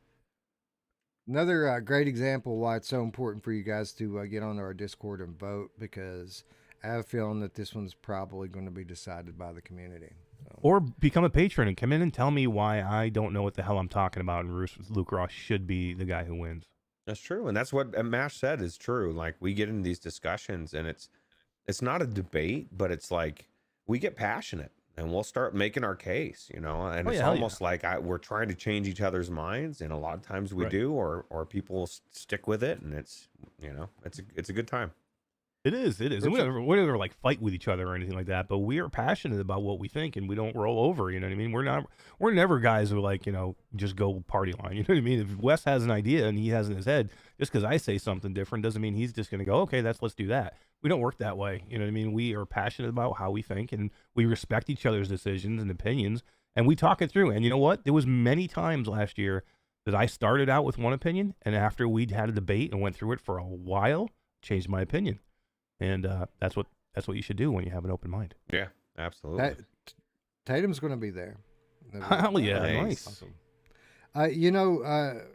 And beyond all that, we do have a process, and it is a little bit different the way that we decide. Again, the object of all of our content and our awards included is to make sure that we're bringing attention to the games that deserve to have attention brought to them. That's how we decide the categories. It's how we decide the nominees. It's also how we decide the winners. Again, look forward to getting in there with our patrons this week and getting this thing hashed out. But let's move along. Actually, well, you know what? Let's give away a game. Hell yeah! It's been a few minutes. Let's get the list back up here and see what else we've got. What other kind of goodies we have in the bag for our friends here. Let's see here. God. Well, we've got one copy of Trover Saves the Universe. First person in the chat who types Trover will win the game on Steam. That's one of the best, probably the funniest game I've ever played. Oh yeah! One of the funniest things I've ever seen is watching Wes stream Trover. Yeah, They just put a new game out, that High on Life. That looks really good, man. Like I thought, I almost bought that game because it looks like it looks funny, but it looks like a good shooter too. Yeah, apparently works with the upcoming Prey Dog Universal 3D injector. Ooh, how much is that game? I may have to pick that up. I don't know. I almost bought it just for flat. They didn't send me my key, man. My demands. Did you were ask not for it? met. Oh, that was the one that you asked. Yes, that was. I forgot about that. Yeah, I didn't think you were getting a key on that one. That'd be like me trying. That'd be like me trying to get a key from Triband for what the bat. You know what? They're throwing money around. They may just send it maybe to you, they will. bro. I don't think they probably even know. I should reach out. I was gonna say maybe they don't even know. You know what I mean? They probably don't. I mean, I don't know. Maybe they don't. Congrats, London Roads, the winner of Trover. Awesome. Oh yeah, man. Let's find another one that we just have one of, since we did one there that we have a single copy of. How about we got a couple singles here. Let's do a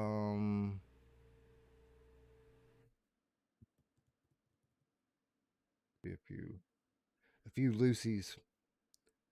Who doesn't love a Lucy? Yeah, that's true. You know what? Let's do Gadgeteer. Gadgeteer is an awesome puzzle game. That's a good one that we have one of. It's a really good game. It's a game you can play in your bed, Weston. You find that out? Like you can just sit there and it's just it's such a cool game. I'm dropping a 20 for 20 list tomorrow. Top 20 Quest games under $20, and it almost made my list. It really did. It was that close. Too bad. What the bat? If it was 1995, well, maybe not. It's $30, bro. Cardi B coming through. Again, yeah. shout out to our friend Mickey Barrios for donating these keys. Absolutely. You're awesome. Thank you. Finally getting your day, Mickey. We've been holding on to these keys forever for some Mickey reason. Barrios Wow. is awesome, dude. He is. Yeah, I just heard that he helped Skiva get a new index or an index after he. I can't. Skiva, how do you believe it. pour or spill coffee on your headset? Dude, that was so bad. Like, Hey, you know what the good thing was that came out of this? Hmm. I got rid of like a whole bunch of shit, dude. Like I cleaned out. I don't have anything. It's great. My wife is like, this is the best thing ever. You should do this all the time. Like I have nothing left. Oh, key wise? No product. I gave away every product I had. I sold. We did it to donations. Oh, how cool. Everything I had here. I had 50 products I put up. Yeah, because you don't for use donations. any of them. You have your, like certain things that you use, and the rest just sit there, right? That's a perfect use for it. Oh God, yeah. But yeah, he fried his Valve Index and his streaming PC. Oh my God! It poured right into the PC. It poured right into the top of the PC. So what happened was he had his valve like sitting up, and the coffee spilled off of his desk down into the lenses and on the front of the Index, and then bubbled over that off the Index, and then poured through the vents in the top of his PC. You're hurting me just telling me this. I know, because I didn't hear the story. How horrible, man! That's like why I'm like, we need to do something. I got to figure something out. I mean, That's- have this You know who happen to should? somebody at Christmas? You know who should cover the expense? Rendered Reality. Because when they came out with their show and they called it Coffee and Yeah. VR, I said that's a terrible idea. And this just goes to Yeah. show It's your that I was fault. right all along. It's your fault, rendered reality. That's why I have my PC up on my thing away from where I sit. Although I could see something happening to my headset because half the time it's laying on the ground, and I'm thinking I probably should put that up. But Holy shit! High on Life is $60, bro. Yep. Yeah. Better wait 5 minutes. Yeah. That's the way these things work with these bigger flat releases.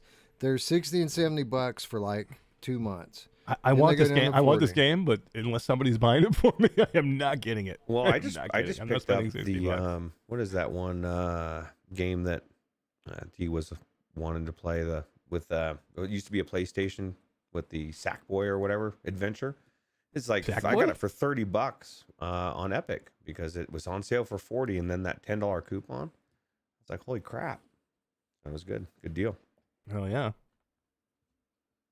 Anyway, let's dive back into these categories and maybe pick the pace up a little bit. We're 2 categories in and like fucking hour and a half into the show, so we might want to move a little quicker.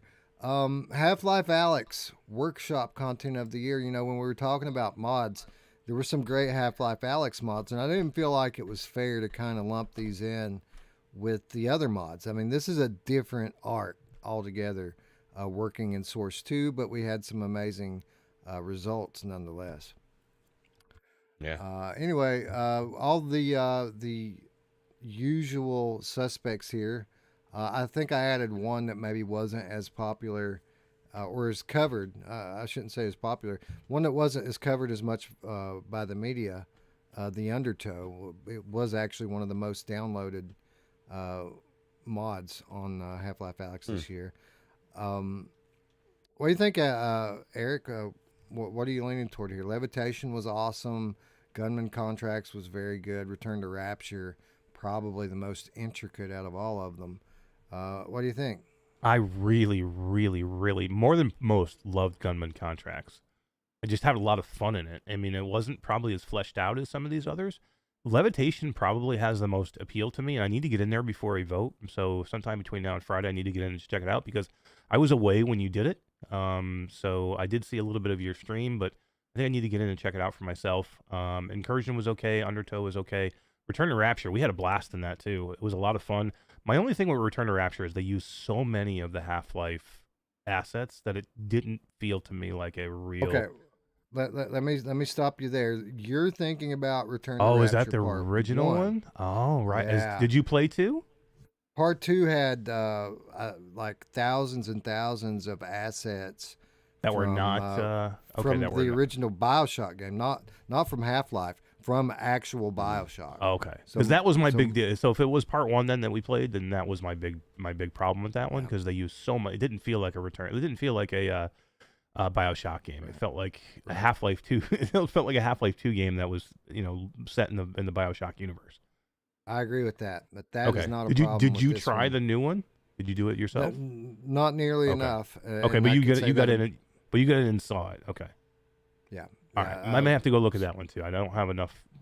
This is a tough one because I played a lot of Gunman Contract, so I will go in and hit Levitation and Rapture Part 2 by the time next week.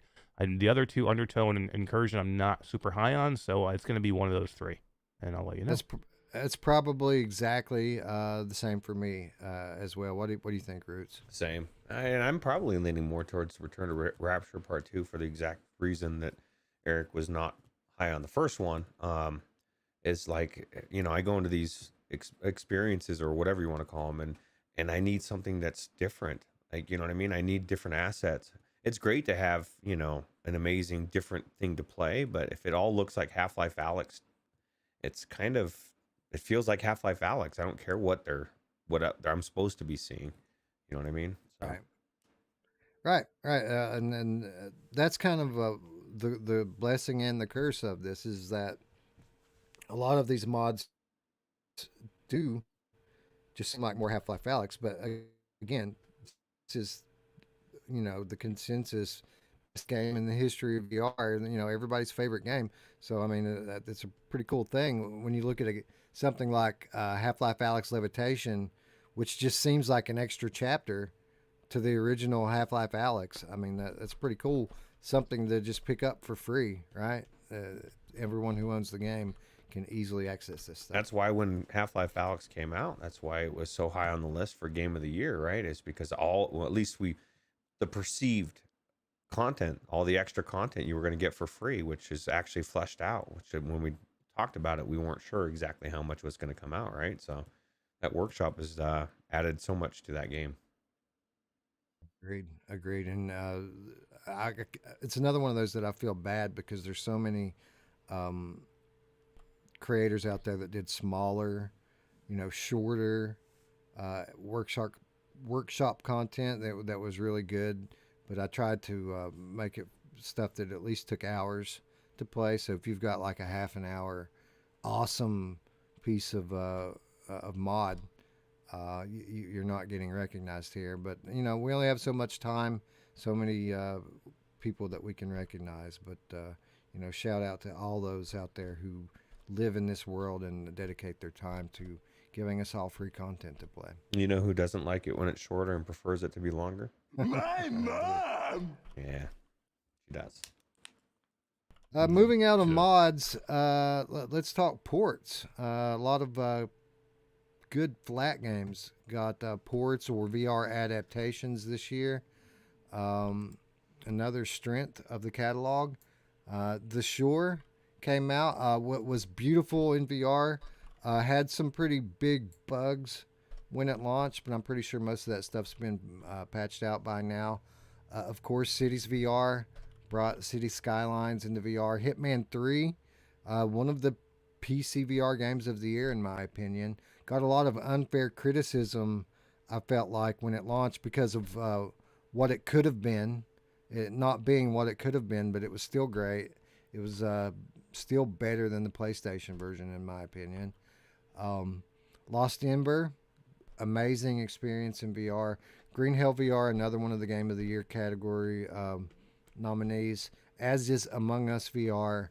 And then, of course, F122, which launched concurrently as a flat game and a VR game. Ruuts, anything stick out to you on this list? I got 3 on that list that I can't see any of the other games going better than, for me. It's Hitman, Among Us, and Green Hell. I'm going to have a hard time between those 3. And Cities VR would be right up there, but it's not my niche. But for people that love that game on flat, right? That's a big deal. So all 3 of those amazing. Eric, anything you want to add to that? Yeah, I have a long shot, one that I really, really love that probably won't win, but I thought it was super good, was Lost Ember. It was just, that game just had an effect on me, and the story was amazing, but it was the art style, and it was the gameplay with the perspective changes of going into the different animals, and you're a fish, you're a bird, you're a hedgehog, and the controls were great. The VR in it was fantastic. I mean, it was really, really good. I don't think it'll win. I think there are some big ones on here. Again, Hitman 3, Green Hell VR, Among Us, all good ones. All F122, is a big title, but it wasn't great. You needed a supercomputer to run that thing, by the way. Right. So yeah, I mean, I would say my favorite probably was Lost Ember, but man, I had a lot of fun in Hitman 2. We all did. Yep, I agree with everything that you said there, and yeah, for me, it's those four. F122 probably would have been nominated for more awards this year if it weren't for the fact that it just ran so poorly on so many systems. Awesome Tatum said, "Can we move it to garbage of the year list?" We're getting there. We're getting there. No, he's saying F122. He wants to move to the garbage list. He must not have had a good experience with it. It was tough for a lot of people. If you didn't have the right rig, you couldn't do it. I didn't even try. Oh no! It. Somebody deleted Echo into again. Ruuts. Do you hate him? No. Are you serious? Yeah. You hate him, bro. sorry, Echo, and I'm trigger happy, even though it's not. You didn't it's time not him. Me. You didn't time him out this time. Oh no, wait. Oh, now he's hidden. Uh-oh. That's not good. Now you can't even see him on the channel. So how do I fix that? Because I can fix it now, but I can't.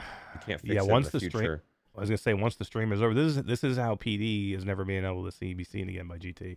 Yeah. Oh no. And once the stream is over, I don't know if I can't fix it here as a mod. I unhid him. So. Okay. Oh, there you go. You're good. Thank you. Okay. Okay. How'd you do it? Because I couldn't do it. I just clicked the little button thing there. There we go. You're back. Something's happening weird. Something's happening weird with my phone downstairs because that's what my son's watching the stream on. I'm assuming maybe the dog pushed the button. I don't know. Did Echo say something about ivermectin or something? Yeah, I think this is probably somebody taking over my phone, right? Oh no. Well, thank God you saw that he was hidden because I want to be able to see him in the future. I just had looked up too. I was like, oh. Becoming very, very quickly becoming Echo into the past. That's right. Let's talk about our most highly anticipated VR title going forward. A lot of stuff coming next year, stuff that we know is coming next year, a lot of stuff that we don't know is coming next year. Now, I almost hesitated to put this one out so quickly because we're going to be going live with the show after CES, and I feel like there's going to be additions to this after next week. But I did go ahead and put together an extensive list of the things that I'm looking forward to in 2023 and beyond. Of course, we have our PlayStation games, Horizon, Resident Evil Village Switchback, probably at the top of the list for me. Of course, we have our stuff that got delayed into next year, like Undead Citadel, Gambit, Vertigo 2, and then a laundry list of other things on here that we also know are coming. Ghostbusters sticks out, Aliens from Servios. Eric, what's sticking out on this list for you? This is a tough one. Very tough. It's very tough because I can't find it now. Where is it? Is it not in order? No, it should be. It's if you go down to the bottom, it's like the fourth or fifth one from the bottom. Give me the games again, Wes. Sure. Oh, here it is. I found it. I found it. Horizon Call of the Mountain. I think anything PlayStation VR 2 wins it for me. That's me. If I could just say, like, I don't know. I keep bouncing around like between those three. Like at first Horizon, because Horizon's going to be like this tech demo that completely shows off every aspect of the new hardware, and it's going to be like a 7 to 10 hour campaign in a wonderful universe. Then there's Village, which we already know is amazing in VR, but to have this specific version made for VR, it supposedly looks better than the flat version, which is crazy. And then Switchback, which is Rush of Blood 2. That's probably, for me, to be honest, the thing I'm most excited for. You're right. Looper the Underground Game Cat is absolutely right. You're missing Behemoth, and that was my vote. Oh shit! Good call. I'm gonna fix it Hell yeah. right now. In With a real $2, time. Go. €2 super chat, way to come in with Behemoth, because that one beats all, man. Because I think that's coming. Was that confirmed for PlayStation VR, by the way? We Behemoth? I didn't Was it? I'm see not enough sure. gameplay or anything to have me. I mean, Yeah. this is the thing. It could be Yeah, I mean, we didn't amazing. see, but It we could know what the be- game is going to be, though. I think it's going to be like Saints and Sinners, but in a completely different environment and different, more melee mechanic. I say I'm not a big melee person, but what I'll tell you one thing that doesn't stick out on that list for me, and it's only because I have a bad Walking Dead taste in my mouth, but is Aliens. I know, Because right? I think it could be really good, but I thought Walking Dead was going to be amazing. Aliens got me. So I just feel like that. I don't trust it. I Vertigo 2, for me, Switchback VR would be my top two, because I wanted more Rush of Blood, and now I'm going to get an actual better sequel. It's what Wes and I were talking about with the graphics of the PlayStation VR 2, and then Vertigo 2, I think looks amazing. GTA San Andreas, I would love to think that this exists, and hopefully it will. But I don't know. All right. So Behemoth has been added to the poll now. I don't think there's any kind of limit on how many times you can vote. If this is something you want to vote for and you've already voted for something else, just go back and vote again. Yeah. But so many great things on here. I agree with what you're saying, Roots, about Aliens. Like, it could be great, might not be. We've been waiting on Lo-Fi for a long time. Hellsweeper, really high on my list personally. That game was great in alpha. I can only imagine what it's going to be like finished. And then Vertigo 2. And then there's so much other stuff. Like, I'm personally looking forward to this update to Legendary Tales. It's getting moved over into Unreal 5. And I think it's going to be amazing. It was already an amazing game. People don't realize that was probably one of the best dungeon crawlers I've played. We say this all the time, but we really do need to get back in that game. It's been a ton of time since we patched it. And we were in it we had gone in quite a bit, actually, when it first released. Remember, we had a lot of people going in and having fun in there. And it was a bit janky back then, and they've updated it a ton. We need to go Good back call, in there. Tatum. Tatum says Ghost of Tabor is a big one I want to see. A lot of people calling that Escape from Tarkov VR. How do I not have access to this game yet? Because I'm the expert on Escape from Tarkov. So if you want me to let you know if it's Escape from Tarkov in VR, I'm the one who need to tell you. Your partner in crime is the expert at shooting people in the back of the head. Yeah, shooting people on the same team. Yeah, Radio Rant, me. D's Echo in the expert at shooting me future. in the ass. Yeah, that's true. Echo into the Future says, I really, really, really only want awesome VR MMORPG. That's why I put Elysia down on here. A lot of big words from Elysia.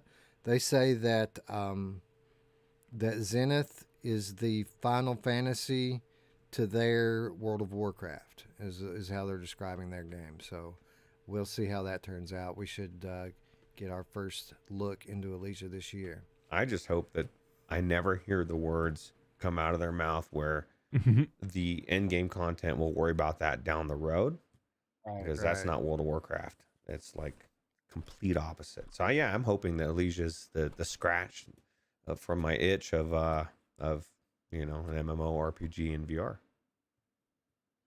And then we've seen a couple of shout outs here for Grimlord. People looking forward to that. I think they did a demo for that one recently on Steam and went over pretty well. Cool. Anyway, let's see. What do we have up next? Oh, here we are, Eric. Here's your category, Garbage of the Year, the brand new category for 2022. And we had some garbage this year. Area Man Lives, Marineverse Cup. We all love that one. Oh boy. A Hitchhiker. Pure garbage. Oh my god. Of course, every year Horizon Worlds is going to be a nominee for garbage That's of the a year. good one. The American Dream was particularly shitty for me. Of course, What the Bat, the front runner. Virtual Reality 2, which I kind of enjoyed, but a lot of people didn't like that. And then Shout out to my PlayStation VR peeps out there. A fungus in my garden. Terrible. Just Oh terrible. my god! How's this get on the PlayStation Store? Yeah, I know, right? Roots, what's your front runner here, man? Any garbage stink particularly bad for you? Yeah, there's a lot, man. Like maybe Marine Verse versus Hitchhiker, just because I don't know, neither one of them need to be in VR, I guess. What the Bat? See, I need to go into What the Bat before this thing, so No, you don't. Okay, so and I probably don't because the American Dream is the same game, and I did play that back in the day on PC. It's the and same game, but dumber. I think it's worse than. I don't know. Maybe not. I don't know. don't They see both how that suck. doesn't work. How that doesn't win, but who knows? Eric, what do you think? Any garbage here stink worse than the rest? I mean, Marine Verse was god awful. I mean, What the You Bat? don't like the problem- taking, about the you don't like test? taking tests? That's what the Yeah.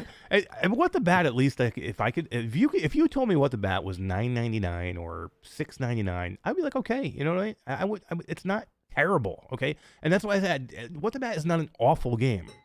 It's the fact that they called it Game of the Year that gets me so riled up about What the Bat. Marineverse is an awful game that I would never go in and play ever again. It is the worst concept for a game you could. Well, actually, it's not the bad concept. It is the worst implementation of a concept for a game you could ever find. And Hitchhiker is a game, like we always say, like every game is better in VR. There's no way that this game is better in VR because there's no VR in this game. The only VR is that you can turn your head from left to right. That's it. Everything else is point and click with your buttons. You can't even grab anything. You have no hands. If you got to pick something up, you're pointing like a mouse clicker and clicking a button to pick it up and put it in something. It's not good. Again, so many deserving nominees, only so many award winners we can name. But I think specifically in this category, we're all winners. Yes. We were excited for Area Man Lives too, by the way, and Yeah. that game supremely disappointed everybody. Yeah, for what it's worth, I did like virtual reality too. I mean, it wasn't great, but I enjoyed my time in it, and I did have one good time in Horizon Worlds when I went and watched the keynote for Connect this year. I thought it was pretty cool. It's just a waste. That should be the wasted opportunity. Like they've got they could do so much with it. They just don't. They're worried about fucking legs, bro. Give it up. Nobody cares. Put some good content on there. You know what I mean? Oh, man. That's all you have to That's do not is good. put actual content, UFC fights, whatever, something that people want to go to anyway. You win. Like I don't understand what's happening. Why are they not? That's just stupid. Yeah, you'd think Facebook with their limitless money would be figuring this one out by now, but Yeah. we'll see. We know they're going to stick with it. They're going to try again this year, so I look forward to seeing if it gets any better. I think it will. Eventually, it's going to. It will succeed because they're going to force you to go in there when it's actually good, and people will use it. It's just right now it's so garbage that nobody wants to use it. Like I remember getting the invite and I was like excited, and then I went in and I was like, why am I excited about this? Like this is stupid. So, Chris 9989 has it right. Hitchhiker would be way better if it had bats for hands. we need to put these games together. If we took all Smack these 'em. games together and just mashed them up into one big game, it would probably be like the best game ever made. Like I could think of a great game where you beat hitchhikers to death with bats. That would be amazing. Exactly. And then you go pick fungus from your garden it's a horror game with your right? bat That'd be a hands, nice horror and then you game. shoot, There you go. I love and then it. you got to sail away in your Marine Cup. What do you guys think about a horror game, VR game, and you're Jeffrey Dahmer? No, maybe not. Probably not, You have probably to not a eat good people. idea. Little on the nose. Anyway, let's move on to biggest disappointment of the year. As you can see, we have a substantial list here. That's why we broke off the games into another list. Lots of things to be disappointed about. First, of course, a lot of people disappointed about PSVR 2 having a cable. We wouldn't be honest if we didn't have that in here, so we added that in. Of course, we have the Upload VR Game of the Year. A big disappointment to see what was not that long ago the most reputable source in VR news kind of going down this path to destroying their reputation by shit picks like that. Of course, Deep Rock Galactic VR mod crashing. We tried really hard to play that. It looks like a lot of fun. Really disappointed when we couldn't party up. Gambit got delayed after they announced that it's coming out. They delayed it at the very last second, which was just crazy. It's good though. That's a good thing, I think. Because a lot of developers don't have the guts to do that, and I think they want to put out a really good game. Well, I agree. I would rather it come out next year and just blow people away. And if I'm being honest, it had a few things that they needed to iron out, and I think that's why they did it. And so I think it's a good thing. Oh yeah, it isn't so much that they delayed it that was disappointing. It was the way it happened. So that like they were a big part of the Upload VR showcase, which had the release date commercial on it, the release date trailer saying, "Hey guys, it's coming out." I think the next day or something like that. Tomorrow, yeah. And then immediately after they show that, they delay it. Like, what the fuck, man? Yeah, that's a big ball dropped for sure. Yeah. But I agree. They did the right thing in delaying it, and they should never release a game before it's ready to be released. And if that means delaying it for years, then that's what they should do. Agreed. Outlier got canceled early in early access after selling this game to people and having it be pretty much the best thing that we've seen from Joyway. It didn't make enough money, so they just canceled it out of nowhere. So they could work on the Quest version. Right. But they didn't tell anybody that. No, I've only heard that from you, period, ever. So, Yep. Oculus Quest got a pretty substantial price hike. That was kind of disappointing. A lot of people upset with what happened to VR chat this year and those features disappearing. Yeah. I'm sure Brad's going to vote for that one. Mossbook 2 not getting a free upgrade on PSVR 2. Them making people buy that game again after so few bought it on PSVR 1 is just mind-blowing to me. It's the exact same thing we said when they didn't support cross-buy on Quest, but only to the 10th degree now because it just came out on PSVR 1 and they've barely sold any of them. How much would they really be losing to tell people that it's safe to go ahead and buy it on PSVR 1 today and they won't have to buy it again in a few months? It's just stupid. Yeah, I mean, how many people were waiting, right? How many, we're like, so we feel a lot of people are waiting. So just give it to the people that already bought it. It's a big deal. Right. And that way people can start buying it now. You know what I mean? Yeah, you're not going to lose that much money. Again, the amount of people that didn't buy it are going to outweigh anybody who did. Here's the thing, though. There's some things you don't find out about a person. Like maybe you loan them $100 and they never give it back to you. You learned a lesson about that person. We're learning something about these developers. And they're more interested in the money than they are the people that buy them. And that's just the honest truth. I guess it is a knock at them, but if they were the good developers that have the consumers on their mind, it'd be a no-brainer because there isn't that much money in it. It's very short-sighted and it's probably going to bite them in the ass down the road. Agreed. Yeah, and I think I remember you and Brian saying that it's definitely not PlayStation, right? They don't care, right? That made them do that? Definitely not. They did the same again. They did the same thing when Quest came out, and people had bought Moss on Rift, and then they didn't want to give them the Quest version. It was the same deal. Quest Pro, pretty big disappointment when you consider how much it cost and what you ended up getting at the end of the day. A lot of people disappointed with that. IGN's coverage of VR, a perennial disappointment. Elden Ring VR mod performance was really bad at first. A big disappointment for a lot of people that were really excited about that. Overall support for PSVR 1 has been pretty shit this year. A big disappointment for me personally.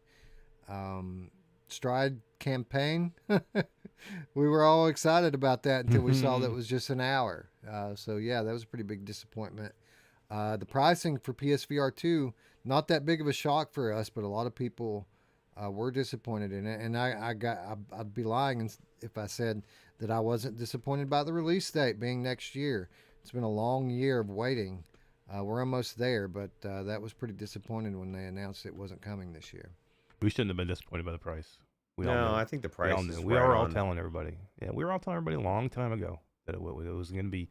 And everybody was still spouting, Wes, it's going to be $400. Like, I had to put it out there again the other day. I'm like, that's why everybody's disappointed. If they just thought about it realistically from like what was in it and what you're getting with that headset, it wasn't going to be the price of a Quest. I mean, how could it ever be?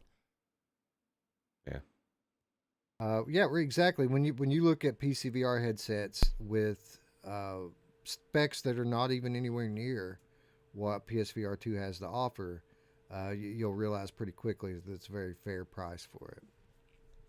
Yep. Luke Ross removes the Rockstar game support, and again, a lot of that has to do with how Luke Ross handled this, particularly shaming people for sharing it, acting like people were thieves, acting like people should fund the legal defense for this. A lot of disappointment coming out of the way that whole thing was handled. And then, of course, Hitman 3 on PCVR. We really enjoyed it. A lot of people didn't. A lot of people felt like that it should have been like a native VR game down to the very last detail. And we're very disappointed when it wasn't. So, lots of disappointment coming from the VR landscape this year. What's the front runner for you, Ruuts? Oh man, there's so many on that list.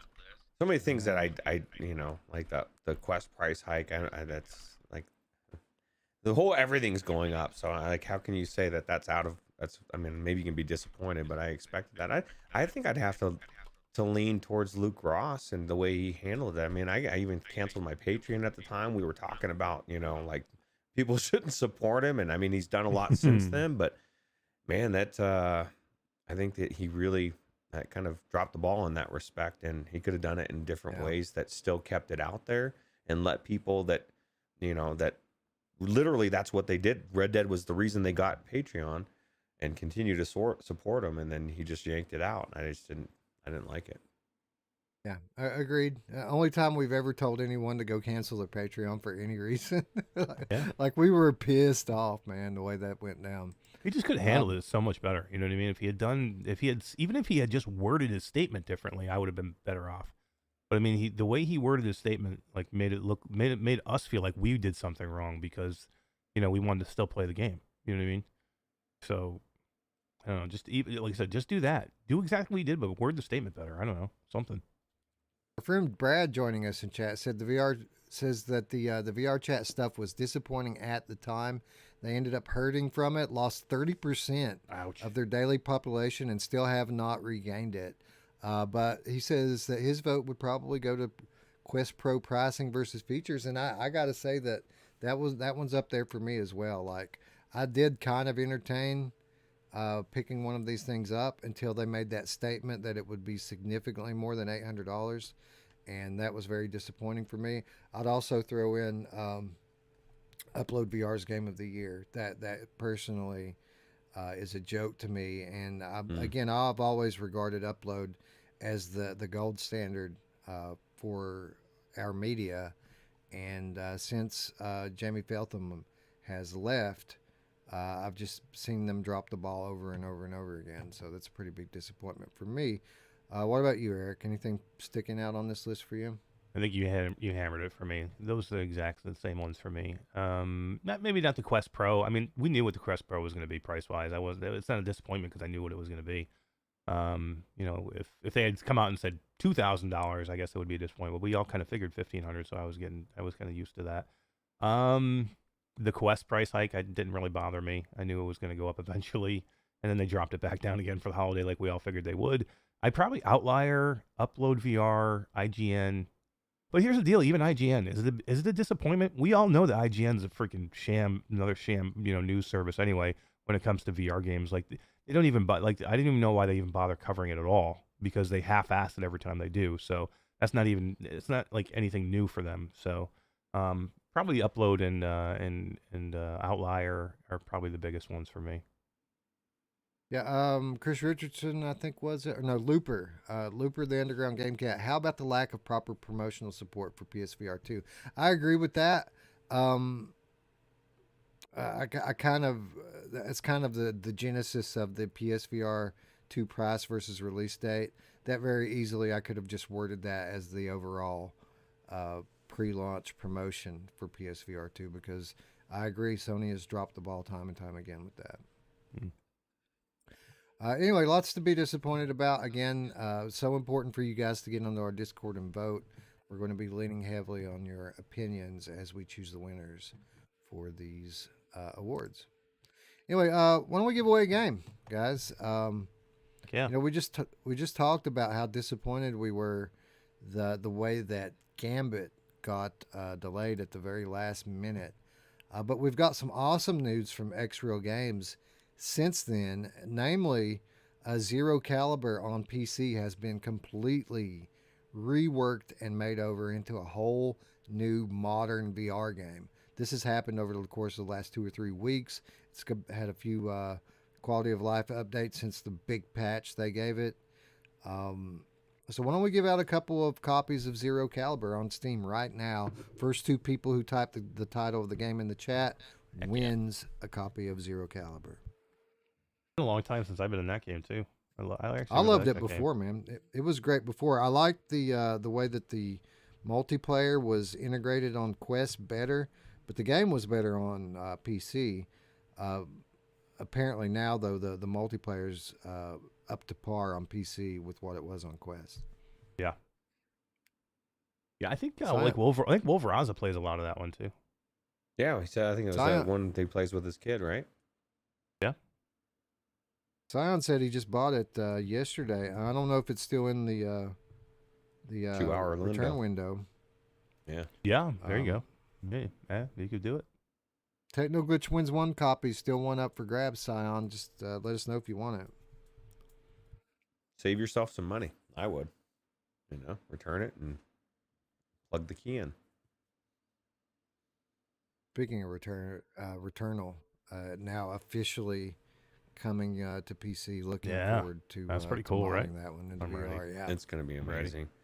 And that just shows you there's some more going on between Steam and Sony than we probably know. There's just too many big titles moving back and forth, and I wouldn't be shocked if we see any title now at this point, unless it's like brand new. Yeah, right. I don't think Got a they're couple of Darth additions. says- I think Wes. I think you should add Carmack leaving to the list, like sadly as Bradley said, and somebody said that's true. and somebody said a game Breacher. too. What was it? Breachers. Yeah, I think Breachers needs to go to the anticipated list game. too. Yeah. Good call. And old Darth winning the 2nd copy of Zero Caliber. Congratulations. Yeah, give me just a second here, and we will update those polls to reflect the will of the people. We're all about the people here. No, those games did not pay us enough money to be on our awards. Yeah, So, you're gonna have to give us some sorry, more money. And we'll Breachers. get. All right, let's see here. I think I agree with Wolvie with about Carmack leaving. I mean, I don't know. I guess he's not leaving VR, but who knows? I know it's still in his heart. So maybe I know Meta ties people's hands, right? And so I don't think he was able to do what he wanted to do there, and that's why he's leaving, right? So Yeah, to me, I mean, it's definitely not the biggest disappointment for me because to me, I don't think anything changed. Like, I don't think he was affecting policy in any way at Meta. Like I don't think they cared enough about what he thought, which is dumb. But they didn't care enough, and he didn't have enough weight to make any difference at all. I think that's one of the reasons that he's leaving. So I'm glad that he's leaving for that fact. But to me, it's not a big disappointment to me because I don't think it changed anyway, other than the fact that maybe we felt better. You know what I mean? It's like one of those false security blankets. You just feel better because he's there. But whether that actually meant anything, I don't think it did. Bradley says, who else is here for the people? My the mom! more the better. All the people. Yeah, everybody. Anyway, those two particular categories have now been updated again. Wow, look at that real time. Boom. Yep. If you've already voted, feel free to vote again. How about we give away the Morgan? We have 2 copies of the Morgan, which is a pretty awesome dungeon crawler on Steam. Ruuts, I remember back in the day, this was one of your favorites, right? Yeah, it was really good actually. I think if I remember, it was just really was it's fluent. The lot as I was screaming about this earlier. Using the ladder felt really good. There was so many janky games back then, and it just was done well. So I think Looper it was like gets a Zemtok copy. 5 was huge, big fan of this game too. So Looper gets a copy. Ryan Brannon, I think already won one, so we're going to skip over because we have other people here like Daniel Kaz. who haven't won yet. So congratulations, Daniel. Ryan Brandon You one? win. I don't have Ryan Brandon down at all. Ryan Brandon won Ultra Wings. Oh, I thought it was Chatty who won Ultra Wings. Was there two We had- copies of Ultra There Wings? was two. Yeah, there was I two. missed one. See, I missed one. That's why we were doing both of it. Yeah. Okay, so Daniel Kaz wins the second copy of the Morgan. Congratulations. And again, guys, hang in there. We still have tons of games to give away, and we're gonna keep giving them away. Anyway, let's move on to the next award category, and we're moving on to some of the So most challenging, genre right? awards. Yeah, most challenging VR game. Again, we're going to try to pick up the pace a little bit, get through these a little more quickly. Most challenging VR games. I'm not going to read through every one. Of course, Green Hell, I died a million times in. Into the Radius, super tough. Cities VR, notoriously tough. Probably the front runner for me. Eric, anything on this list stick out for you? Runner was super hard, especially they updated it and made it gave you checkpoints. I think that definitely helps. So I'm going to take that off the list. But before that, that was a super hard game. Ruins Vegas, I don't know if it was super hard. It was challenging, but not crazy. Crisis Brigade 2 is super hard. I'm going to probably say Cities VR or Green Hell as would probably be my two. But I don't know. I have to maybe think about Crisis Brigade 2 also. Yeah, I agree with that assessment. Roots, what do you think? I'd have to agree as well. Although Bond Lab is, like, I was going to say that Yeah. at first, but it's not really hard. It's just that beginning part isn't explained. And so you're kind of left Right. not knowing what the hell's going on for quite a long time.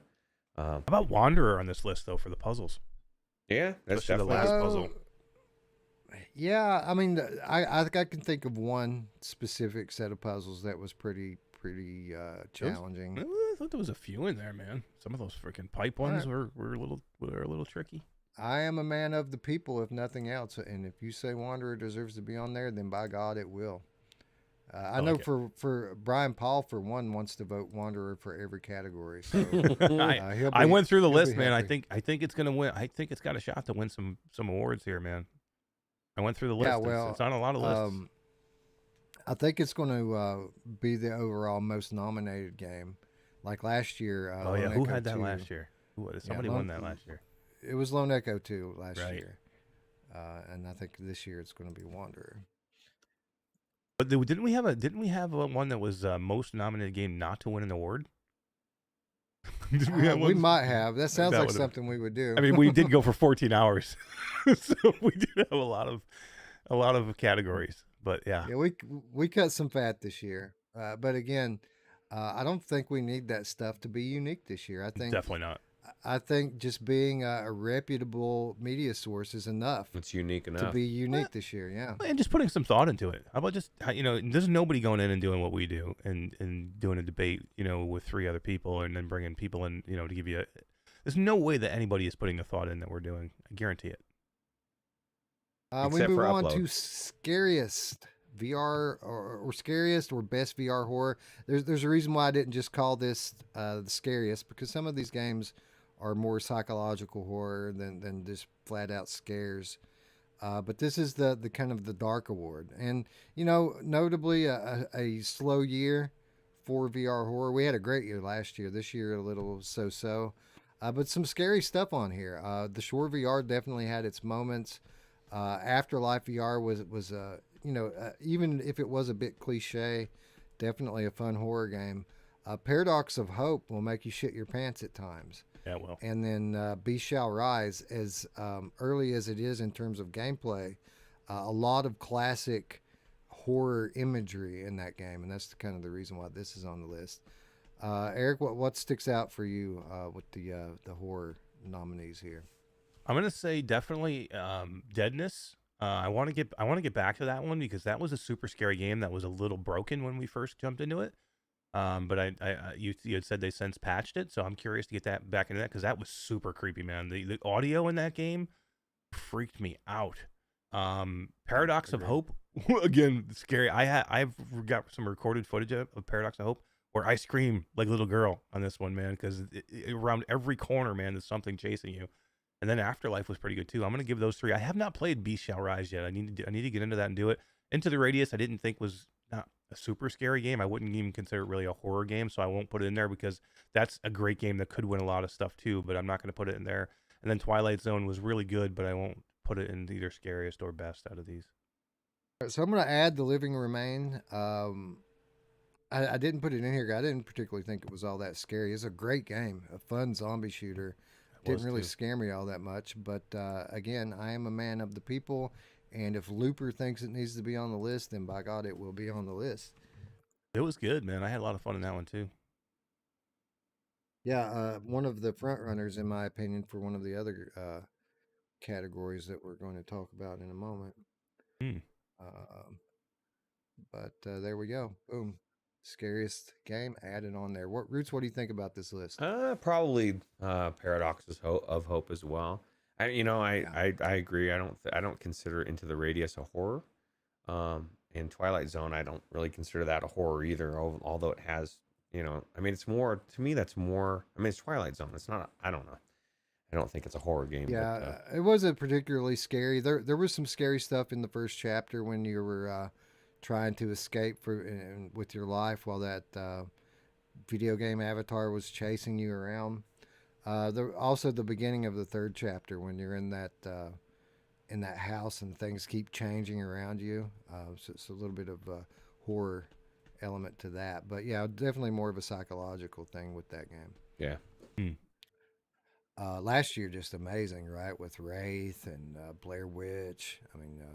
It was definitely just different level for sure. Yeah, it's weird how you get like so many in one year and then you kind of like just didn't have really much this year. And then next year already shaping up with Resident Evil Village and Switchback. Oh my god, yeah. It's gonna be scary, dude. Switchback is good. I don't think we even realized because Rush of Blood was so successful, and I don't think they made it as scary as they probably even wanted to. And I think this time they're gonna pull the punches or not pull the punches.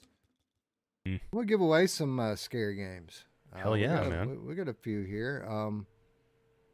How about we've got one copy of Hello Puppets, which is an awesome game with a very original premise where your right hand is the lead character in the game. You know who else? Is that the developer of Hello Neighbor as well? Is that a developer or no? Just curious because they have the same. No, I don't think so. Although the art style is very similar. That's so what I'm saying, and then they're both they're both PlayStation VR games too, right? Hello Puppets, PlayStation VR game, right? Or maybe I'm wrong. No, that's not. Hello Neighbor is going to be. Hello Neighbor is coming to the PSVR too. Yeah. Anyway, Hello Puppets, first person to put that in the chat wins a copy of the game. A really good horror comedy game on Steam. I had a moment there where I saw, was it? I think it's a D1 360 VR message retracted. I thought, oh my god, they did it again. Did I do it again? And I was like, oh no. Oh no. Fighting open out of the horror games. It looks like nobody wants to sack up and jump in, huh? All right. Well, in that case, why don't... Well, Hack says he already has it. Void got it for him. All right. What's up, Technoglitch? I think he might have been trying to put Hello Puppets in there. Okay. Well, I'm assuming. Is that correct, Tech? Technoglitch's going to get every game, guys, unless you guys get in there and get some of this stuff. He'll take it. well, He will. Technoglitch wins this one. Thank you, Tech. Oh, is that there's Chatty. Yeah. There you So go. It depends. It depends on if. okay, if he glitch, says he'll take it. Okay. Yep. Technoglitch wins that one. I also have another horror game here that I've never played. I don't know if it's good or if it's not good. But you guys can have it if you want to try it out. It's called Corrupted Hospital, Part 1. Oh god. So if anybody wants Corrupted Hospital, just put it in the chat there. And If it was Part 2, I'd take it. But Part 1, man, that's just yeah. Hello Puppets was just one copy, right? And it goes to Tech. Yeah, unless we have somebody who hasn't won yet that wants it. Well, I think he may be saying give it to Chatty. Yeah. Give it to Chatty. Yep. Because that's how Okay. tech rolls. He's awesome. All right. Technoglitch Chatty is wins. awesome, dude. You know what? Anybody? Technoglitch is awesome. And you know what? I'm going to send him a hoodie. Yeah. Whoa! Wow. I'm gonna send him a hoodie. Tech's finally getting his hoodie, bro. Merry Christmas, Technoglitch. Message me your address and I'll get you a hoodie, Techno glitch. buddy. Didn't Tech already win the hoodie? I thought. No, Tech he's already never won. won one, man. He keeps trying. He's never won one. Laura, I think, might have won one. Maybe. She said she was By the keeping way, it. while we're on the subject, we are going to do some out-of-pocket giveaways too during the 2022 show. Of course, we have a lot of great keys that have been donated from our developer friends, but also we're going to do a couple pieces of merch. We'll probably do 2 winners, anything you want off of our merch store. And then we're going to do some PlayStation Network gift cards. So wow. like we're not getting a that's bunch cool. of PSVR 1 keys because obviously there aren't a lot of new PSVR 1 games. We do have some, but not many. But I thought it would be better if we could hand it out like a couple of $20 credits for PSN Store. Of course, thanks to the generosity of people who donate to us, we're just passing that on. But that'll be something that people can buy PSVR 2 games with. So you don't necessarily have to be a PSVR 1 gamer to be able to use that. Ryan Well, Brandon awesome. put Corrupted Hospital. So. Nice. All right, cool. Hell yeah, man. Brandon is the winner. That's one that I've never even played, Ryan. There you Yeah, go, so buddy. let us know how good it is. If it's, Yeah. if we need to get in there and check it out. Yeah, I haven't played this one either. Again, So that was Ryan shout out Brandon? to- Yep. Yep. Shout out to Mickey once again for the donations, and we move on to the next category, which is the VR chill session of the year. We had some really cool games and apps that came out this year to chill in. I think last year we went with Squingle, deservedly so. I did put Garden of the Sea in here because I know that we make a lot of jokes about it.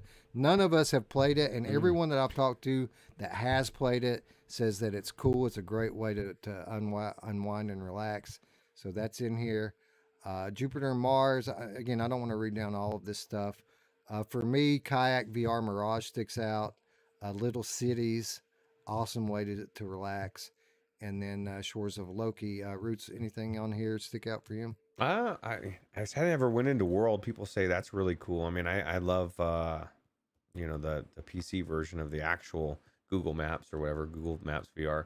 But I've heard of so many people. Je ne sais quoi has actually said Garden of the Sea is amazing, and I know that from what's the game that people play flat that it's kind of like. Oh God, Animal Crossing. Yeah, Animal Crossing. People say that love Animal Crossing, love this game. I know Radio Runt prefers the Raccoon one that came out a couple of years ago or whatever, but it's in that same genre. Oh yeah, Raccoon Lagoon, right? Yeah, Raccoon so I Lagoon, think yeah. if it's not, I mean, it's definitely not my type of game, but I think that would probably be the one that I would say, or also probably Little Cities as well, just because it was such a chill game to chill out, the music, and I got to be the mayor and people loved me. It was awesome. Do I have access to Garden of the Sea? Do we have access to it? We might. I don't know. Maybe I don't know. Do we have it somewhere? It seems like we do, but I don't know. I don't know.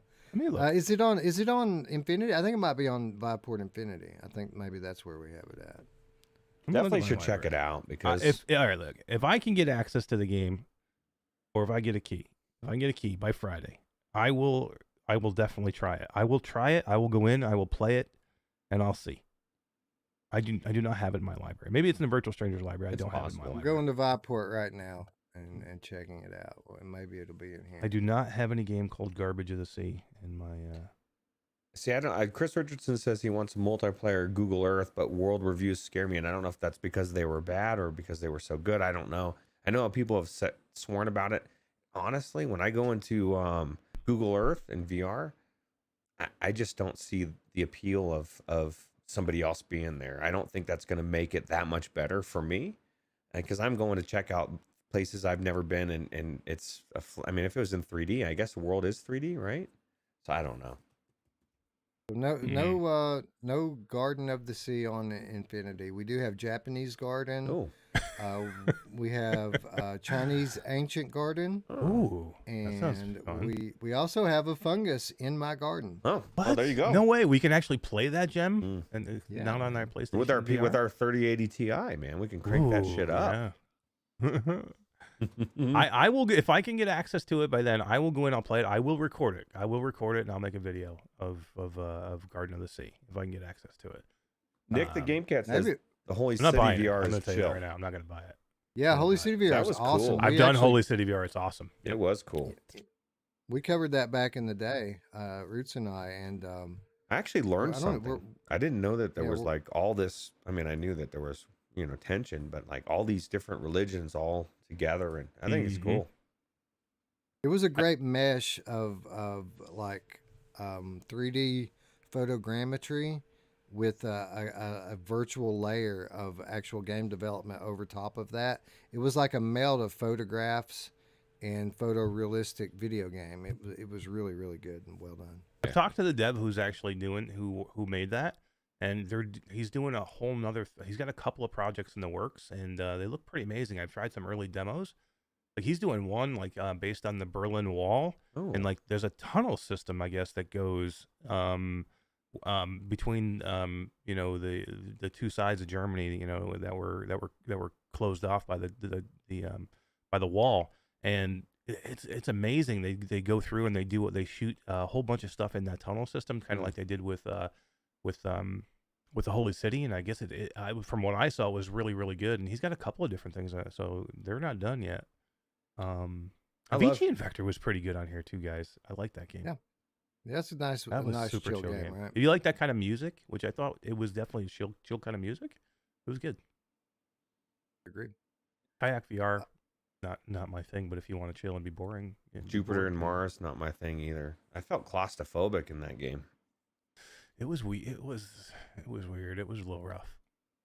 I thought Kayak VR was a great way to relax and just absolutely beautiful. Fall asleep. Which, by the way, there's a Christmas map that's available for another week or week and a half in there right now. They redid one of their maps with like a Christmas lights and fireworks and stuff. So it might be worth checking out if you guys have it in your library. It did look cool. I might go to just check that out. Plus, they have a turtle, take a nap. a turtle and a dog. Oh, Who doesn't want a can turtle? you pet the dog? You can't pet the dog. The dog just barks at you. Wait a minute, you can't even pet Can the I dog. throw something at it at least? Like, What That would be cool. Whack it with my oar? Game? no, would never do that in real life. By the way, Winds and Leafs was last year, Nick. But good call. That was a weird one too, though, right? Well, it was chill. It was That was chill for Trebuchet sure. too, right? That was the Broken Edge guys. Yep. Was that Trebuchet? Yep. True. True. calligraphy VR, the most Ah, chill You thing calligraphy. ever. Let's move along to best VR adventure, another hotly contested category this year. For me, a way to maybe recognize some of the games that might be in the Game of the Year conversation, but probably won't win. Games like Vox Machina, games like Lost Ember, Lawn and Hubris, of course, Eolia, Iron Man VR. What an awesome adventure! Every nominee, in my opinion, in this category deserves to win. Eric, anything stick out as a front runner to you? I mean, they're all good, man. I mean, Wander. You're gonna say Wander on every one of these categories. Red Mhm. Matter 2, Moss Book 2, Lost Ember. I didn't get far enough in Lawn to figure the story out. To figure if it was good. I liked Lawn a lot. I just didn't get far enough into it. Hubris. Again, you're right. Everything on this list is good. It's gonna be that's gonna be a really tough category. Yeah, Red Matter 2, just an epic adventure. But so was Eolia and Iron Man and Vox and Hubris. Yeah, this is going to be another one that I think that the people's vote might help us out a bit with. But Roots, what do you think? I'd have to say between Red Matter 2, Iron Man, and Wander. Like Wander, you're time traveling throughout history, and that's super cool. That's I love true. time travel. Who doesn't want to be a superhero, especially Iron Man? And then Red Matter 2, it was just such a good story and such a deep thing that it was. Those were amazing. And I agree with Eric. Lawn is just I haven't been into it enough, and Hubris. I just actually went back through that for some reason. That's that one where it's like a short story, right? Or is that, am I thinking of, or is that other Hubris one is we one that just, just came out. okay, there was where- another one that I went into by mistake and I played through it and it was short and I was like, this isn't what I was supposed to. Yeah, no, Hubris was good, but I don't know. I don't know if it's lives up to some of the levels of some of those other games. But you're right. Every one of those is amazing and belongs on that list. Moving on to the best arcade style game. This was kind of a meld, a mashup of some other genres or games that I felt like didn't quite fit into other categories. I thought we would make a best arcade style category for these because they all, the thing that kind of disqualifies them from their specific categories is the one thing they all have in common, and that is that they're arcade style games. So we have Blaze Rush, awesome game. Runner, amazing.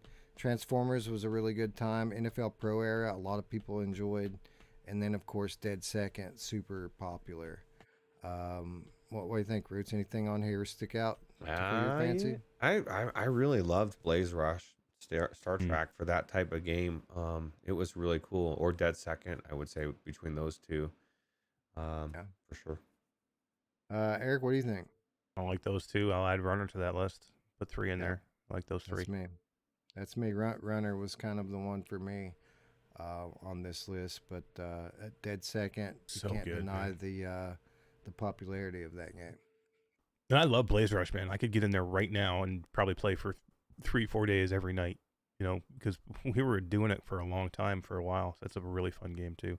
And I just want to say thank you to Guido7335. I have to stop opening my mouth because he just bought me Garden of the Sea. Did he really? I'm gonna have Guido, to, man. now I You're have to so go in and awesome, play Guido. it, dude. Why couldn't I have said something, buy me something good? Well, I think you're gonna probably be Maybe surprised. it is good. Yeah, maybe.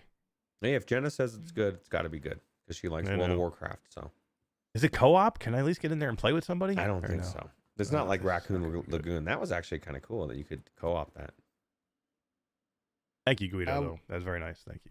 Yeah, you're awesome, Chris. Thank you. It is awesome. We move along to a popular category every year, the best multiplayer, That's co-op. I just clicked the wrong thing.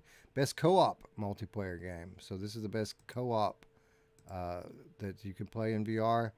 This year, of course, Zenith, amazing because it doesn't matter how many friends you have, you can bring them all with you in that game. Beanstalker, the co-op really made that game. Cave Digger 2 was good because 4-player co-op on every platform. Final Space, a lot of fun. Aspire 2, a great co-op campaign. And then, of course, Mother Gunship Forge has made some pretty big strides in the co-op realm as well. Eric, what do you think? This is another tough category for me. I mean, Zenith because you can play so many people, right? I mean, Right. Aspire 2 is 2 people. Mother Gunship Forge is 2 people. Beanstalker, Final Space is 3 or 4, I think, and Beanstalker is 2 people. But man, Beanstalker, I think you can play 4. Oh, 4 can you people, really? yeah. Oh, wow. Yeah. Yeah. It's really good though, man. All of them are really good. I really love Mother Gunship Forge. That has quickly become one of my all-time favorite games. But yeah, but I'll probably say Zenith, Mother Gunship Forge, and Beanstalker on that list. Maybe Aspire 2. Yeah. For me, Zenith just on the sheer scale of it and how many people you can bring with you.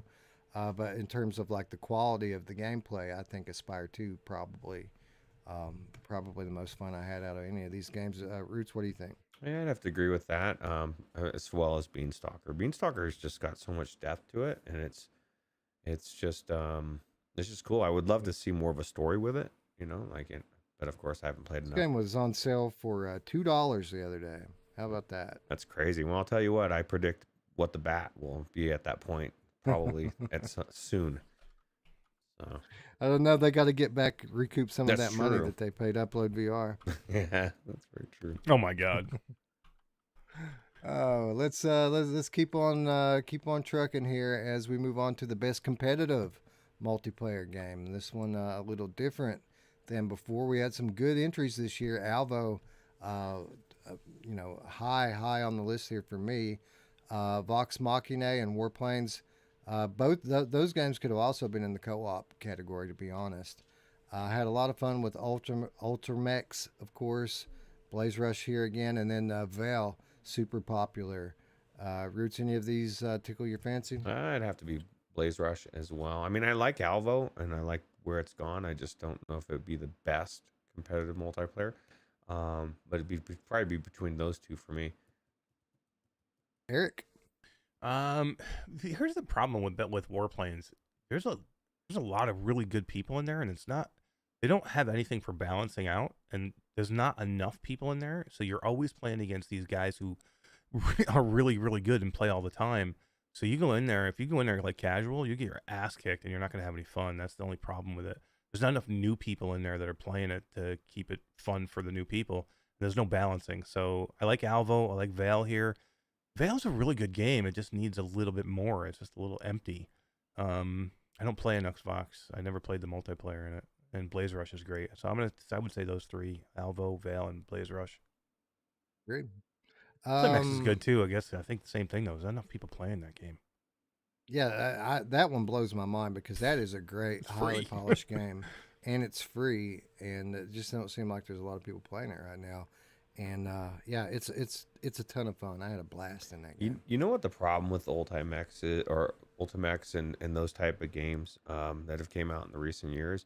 People love Rocket League as it is, as a car, and you know what I mean? They're trying to recreate something that's like, this is like it, and people want the real Rocket League, or even if you just named it something different and had it very similar, it works. And so I think that's kind of what's held it up, is it's similar enough, but it's different enough that people that love Rocket League don't like it, so. Chris Richardson asking, so the new Demio stories don't count for this because Demio is not a new title. That's correct, although there is another category that Demio does qualify for, so we will be seeing Demio before we log out here today. Moving along, we have now come to the best FPS campaign, Wolveraz's Award, best first-person shooter campaign. So this is not competitive multiplayer. This is a game that we would class as a shooter that is formatted as a campaign. And we had some great ones this year. Aspire 2, we just talked about. Shock Troops was a lot of fun. Of course, Into the Radius and Fract, classics. And then The Living Remain, even as an early access title, had a great FPS campaign. Eric, what do you think? I love it, man. I love all those categories. Into the Radius stands out to me. Fract stands out to me as a great campaign. I know it's short. Everybody tells me that. I know it's short, but man, what you get for that period of time is like probably the best in this list. But I would say Into the Radius, Fract, and probably Aspire 2 on this list for me. I would agree with that, except for instead of Aspire 2, I would put The Living Remain. Ruuts, what do you think? I was going to agree with Eric. I don't remember too much about The Living Remain as far as that goes, so I guess that tells me something, but I lean towards Fract. Just because I had the most fun in that one, and I finished it from beginning to end. And there's something to be said about games being too long sometimes, and not saying that one was, but I enjoyed it, the entire thing, and it just was really good. Into the Radius would probably be my second, because I just didn't care for the actual game myself, but people love it. So action-packed. Fract from start to finish. Into the Radius probably the most complete game on this list. Yeah, dude, they've done so much with that game. It's crazy. Yeah. Another tough one. Another reason why you guys need to get on the Discord and vote. Help us out here. That's it. Get into the Patreon. Patreon's cheap too, guys. Patreon's super cheap. Yep. It's like it's like a couple bucks a month, man. You can come in and hang out with us, and you get so much. You get more than that, though. I mean, Wes gives you every show note. I mean, if you want to know anything about what's going on in VR, just the cutting room floor, the stuff that he doesn't put out, you could put a whole nother show out with that stuff. It's way cheaper than the price of an adult beverage, and I'm stealing that from Pennies what's a his day. name? Literally, for you guys to become a patron, to become a Virtual Strangers patron, it would be pennies a day. And freak, man, you can come in and hang out with us this Friday. Chris Bullshit. 9989 did not like the skiing. In fact, I thought that was What? one of the best parts, man. I thought it was awesome. Yeah, as a matter of Seriously? fact, we were saying they should just add in extra skiing things, right? What? Yeah. Yeah. Well, everyone's different, right? Yeah. I question your sanity, bro. Question your No, I'm soul. We move along to our final gameplay focused category as we look at the nominees for the most innovative gameplay of the year. So we have some very divergent titles here. Bone Lab, of course, very innovative in all of the different things that it does. The Last Clockwinder, love how that game was put together, especially the puzzle style. Wanderer, awesome the way the levels tie together, with the way the puzzles are all kind of intertwined, but they don't force you into going in any certain order. Like you can tackle that whole game in any way that you want. Broken Edge, I thought this was cool, man. You know, on the surface, it looks like a melee game, but this is more of a strategic game than anything. It's a fencing game more than a melee fighting game, and how you approach it and the character you use really plays heavily into how you play it. Of course, Beanstalker with that depth, Mother Gunship Forge with the way the weapons morph, Aspire 2 with the different characters that you can play as with their different abilities. Great. Eolia, a lot of creative puzzles in that game. Vox Machina, again, very creative and innovative how they tackle mech gameplay and the campaign. And then Ultimex with the special abilities of the frames with the flying fist, rocket fists, all very innovative concepts in my opinion. Ruuts, anything stick out here for you? All right. I think Bone Lab, for me, for sure at the top, and then Wanderer right behind. But I mean, I don't know. I guess Wanderer, it is they tied together. But I mean, it's a lot of these things are for innovative. I'd have to say Bone Lab. It just is unique. Agreed. And the fact that it was developed around the Quest platform is pretty impressive. Eric, what do you think? Yeah, this is a tough one, man. There's a lot of good ones on this list again, too. I just love Wanderer. Such a good game, man. Mother Gunship Forge. Veolia was different. There's a lot of good. This is going to be there's some categories in here that's going to take some time to sift through, especially when you get into like, this what does this have? Like 1, 2, 3. It says 12 games in this category. It's going to be tough. Yeah, I feel like most of our categories are tough, and again, it just goes through. I'd like to point out how we come up with the categories. We start, a lot of the other award shows, they start with the categories and then they kind of try to put the games into the categories. We do the opposite here. We start by looking at the games, and then we build the categories around the games to highlight them. And that, again, has a lot to do with the way that we choose the winners as well as the nominees. It's all about highlighting the games and recognizing what's the best. That's why so many of these are so hard to decide what the winners are. Yep. Anyways, let's move along to our studio awards. Again, these are going to be just as difficult as some of the game awards. Rookie VR Studio of the Year. These are the best newcomers to VR. Again, I don't want to run down everything here, but we have Mighty Eyes, which brought us Wanderer. We have Ramen, which brought us Zenith. Character Bank brought us Ruins Magus this year. Sixth Sense and Cyborn with Hubris and Lawn. A lot of good choices here. Ruuts, anything stick out for you? Nah, I mean, I don't know, man. Ramen VR. I mean, may not be the biggest Zenith fan, just because I love MMOs, RPGs, specifically World of Warcraft. But I still don't know how they have this open world that every other developer says they can't do with as many people in the game. It blows me away, So And for those of you wondering, Five Finger Studios, I think, was The Living Remain. Monkey with a Bomb, I think that's Paradox of Hope. Mm-hmm. Moonseer, that was Wandering in Space. Eric, anything stick out here for you? I like Character Bank, man, with Ruins Vegas. I thought that was a different game, cool art style. Haven't seen anything quite like that. I thought that was different, and that was a really polished game for a rookie VR studio. That a smaller studio. I thought that was a good one, and I love Will and Mikami, so I'll put that on there. But I'll stick Ramen VR in there too. I like that one a lot. 6 Cent Studio, Speak of the Devil, popping up in our chat. It says, Wes, Eric, Ruuts, I just want to thank you for supporting the VR industry. No other YouTube creators go into this level of detail, covering a broad spectrum of games across all genres. Thank you for saying that. That's very kind of you, and that's what we aim to do here. That's the whole point of what we're doing. So thank you for the recognition, and thanks for hanging out with us tonight. Yeah, Hell yeah, absolutely. appreciate it. Thank you. Going to be a good discussion. There's a lot of other good ones in this list. And again, every category, it seems like so many deserving winners. As we move on to Indie VR Studio of the Year, and I do feel like we need to define indie here the way that we use it.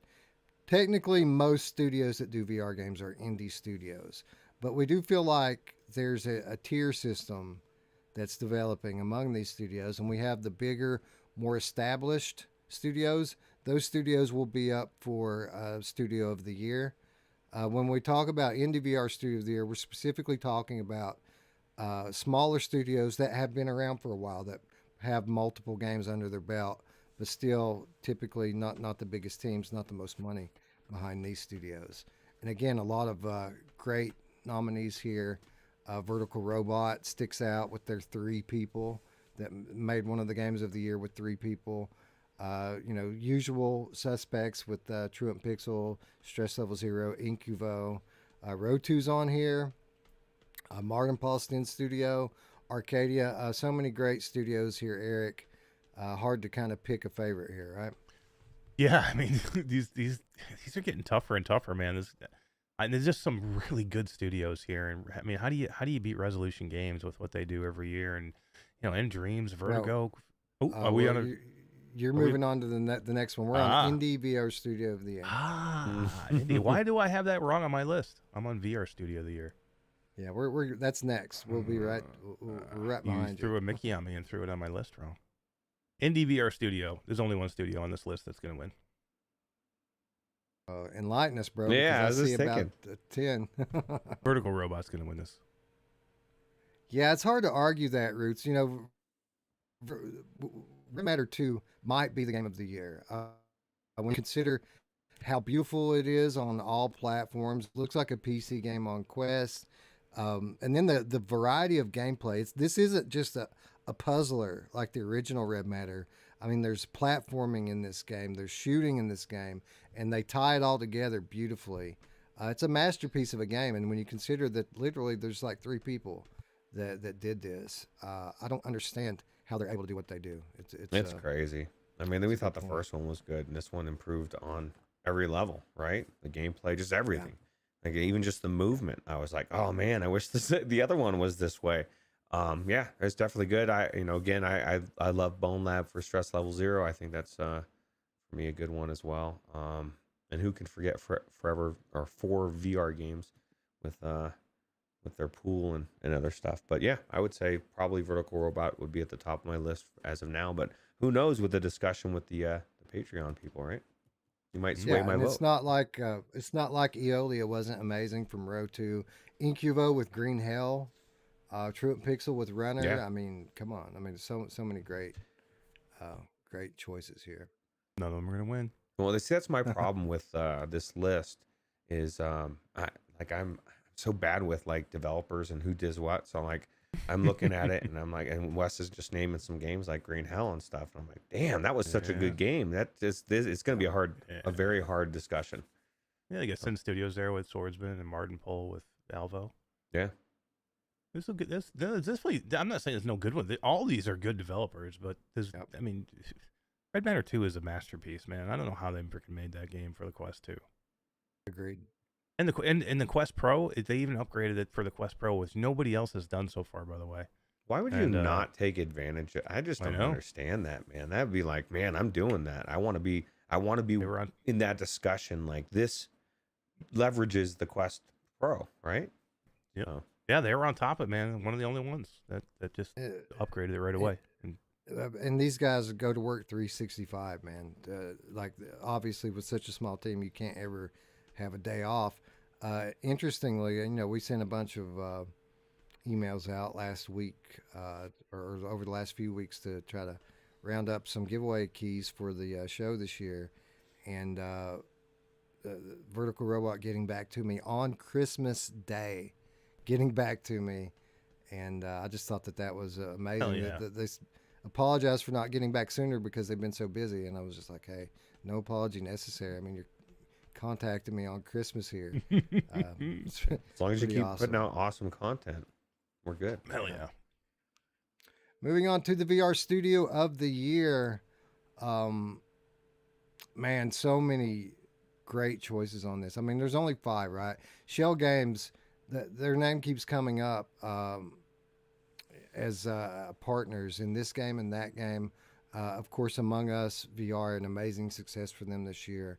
But when you look down this list, you look at something like Fast Travel, who has done so much with regards to publishing, Right.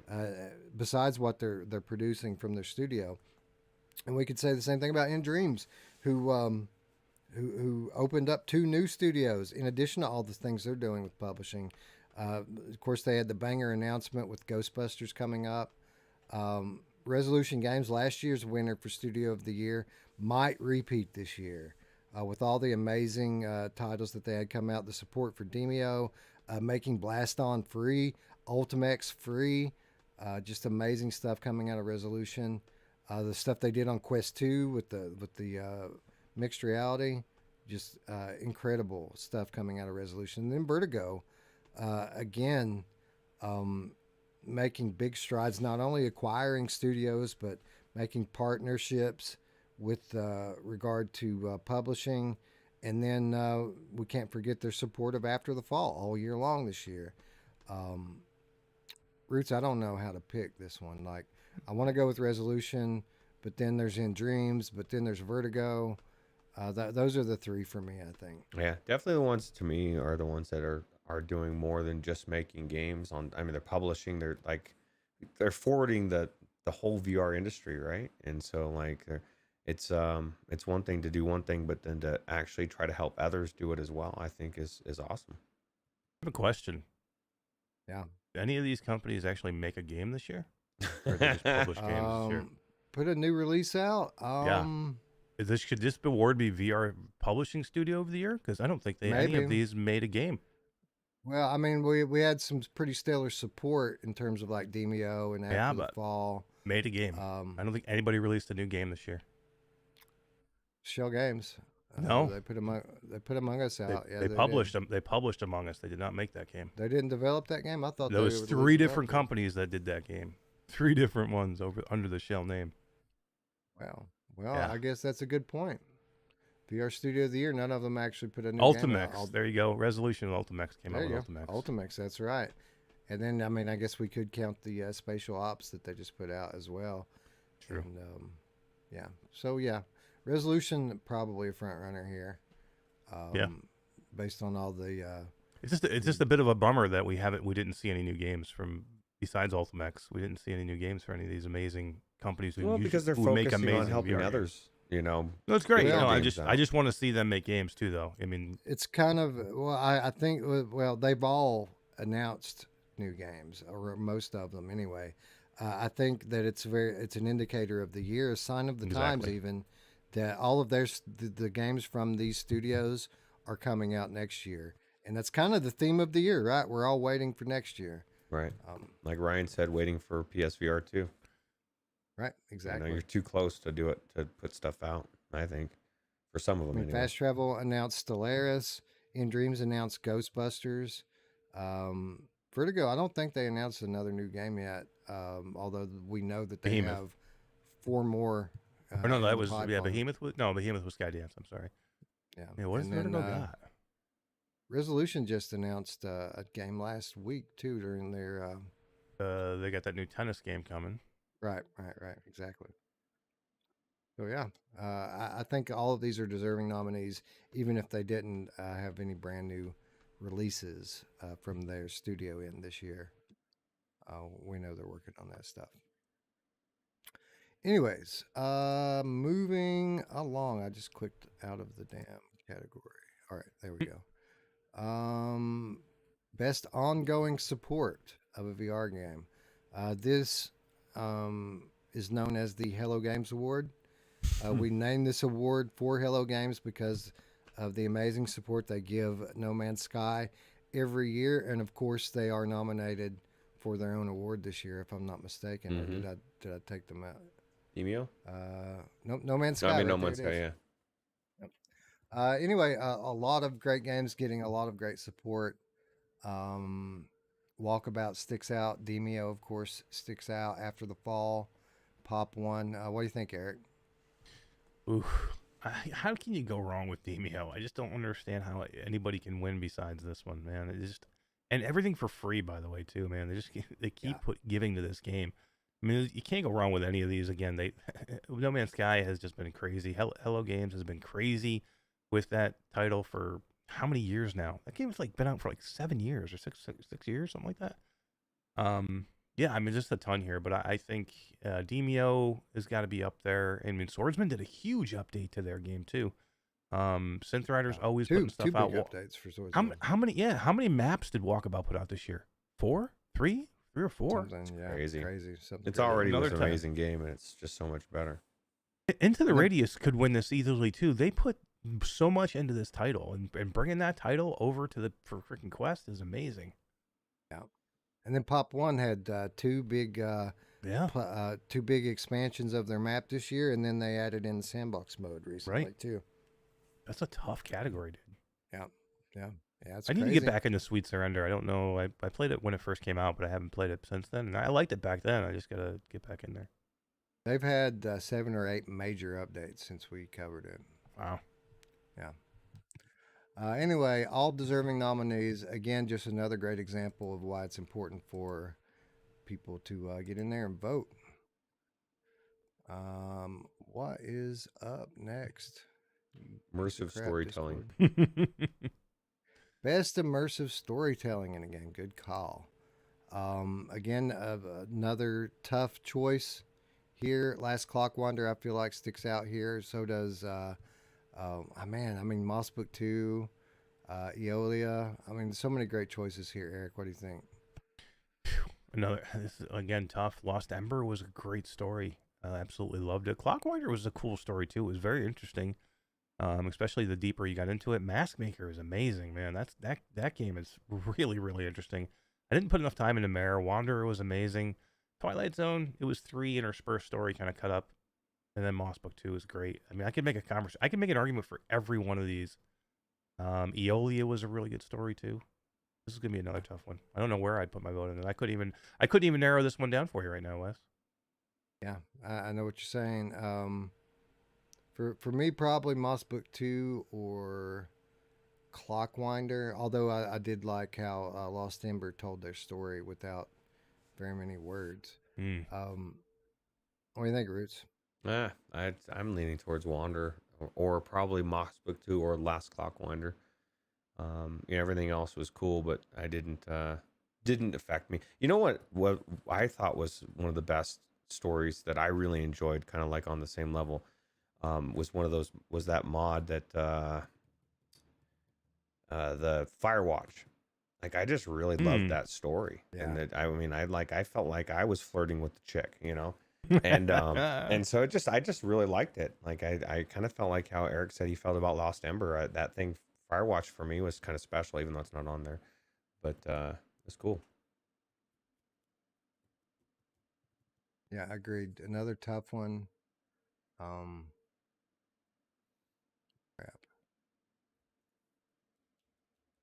Sorry, I'm just got caught up looking at my keys here. Mm-hmm. All right. So moving along We are now at best graphics, and I meant to change this to best graphics / artwork. It isn't just about photorealism; it's just about what's pleasing to the eye. And again, some beautiful games come out this year. Lawn and Hubris come to mind quickly. Red Matter, just stunning, as was Kayak VR Mirage. I feel like Ruuts, Red Matter, and Kayak were probably the most visually stunning things we saw this year. What do you think? Man, I think every single one of those is like phenomenal in their own way. You know what I mean? Like even Hitman 3 was amazing. Lawn is the best of that genre that I've seen so far. And and Red Matter 2, actually even Green Hell, man, was just like stunning. Like I think this is going to be one of the harder ones that I have to go through. Agreed. Eric, what do you think? Same. It's really tough. I mean, Kayak VR Mirage is probably one of the most beautiful games I've ever seen, even though it's kind of boring. But just to get in and look around, I mean, that game is so awesome looking. I mean, I tell everybody they should own that game just to put new people into VR, because to see what real VR is, and not what the bat. So if you're looking for a game to put somebody in, that's the game I would put them in right now. Like we always look for those games. This is the game I'd put somebody in because it's freaking gorgeous. They need to not limit the Christmas thing. Like if they're putting it out there, they need to leave it out there, there, because that gives you another thing to look at, and it's probably really cool, beautiful, right? Yeah, and coming to PSVR 2 with their 4K HDR OLED. Oh God, that'll be cool. That's gonna be awesome. Just do something. Let me do something. I'm telling you, put climbing in it. Is that all you need, man? Give me off the boat, bro. Yeah, I want to let me walk around. Yeah. Let me go pet the dog. You know who else likes to pet the dog? My mom. Yeah, she's got a lot of names for it. There's a lot of other names. She calls it a lot. Different things. All right, now we come to what has come to be known as the Riggs Award for Best Retro Nostalgia in VR. Not so many titles this year, but I do feel like we did have some pretty good offerings. Of course, Compound just came to Oculus Quest. Super Retro, Arcaxer. Arcaxer was actually nominated for this category last year, but it came into the Quest store proper this year, so we treated it like it was a new release. Shock Troops, of course, a great Doom style shooter. Ancient Dungeon, again, same thing, came to Quest this year. Ruins of Magus I put in here just because of the structure of the game. That RPG structure. We haven't seen very many games like that, but it does kind of throw you back when you're playing it. And then, of course, probably my favorite for the to win this category, Runner, just oozing retro nostalgia. What do you think, Eric? I have 3 on here that actually I can make an argument for all of them, but I have 3 that I really, really like, and I'm loving Compound, guys. Have you really had a chance to get in this thing? It's really cool. I mean, we played it on PC and I thought it was cool, but it's really good here. I like it a lot, and I'm gonna say Shock Troops and Runner. I'm gonna put in my 3. Agree with that. What about you, Ruth? So those are the 3 that I was looking at as well. Compound, I loved it on PC, and it's just like Eric said, it's a really good on Quest, and it's good. So the Riggs Award, prestigious this year. Some great nominees, even if there aren't 15 of them like some of the other categories. Definitely all deserving. And for what it's worth, I asked Riggs, like I always do, if he had any favorites here. And he said, of course, he didn't play any of these games. He said he basically just played Zenith all year. So he just put out a video of something else. Oh, really? Like it was like Donkey Kong or something that I saw. I just saw the thumbnail Zelda on his channel, and it was. Oh, really? He played completely through The Legend of Zelda in VR with the Dr. Beef Quest's Doom mod. Yeah, that's cool. Anyway, so now we're getting down to the nitty gritty. We're getting down to the big awards, the games of the year.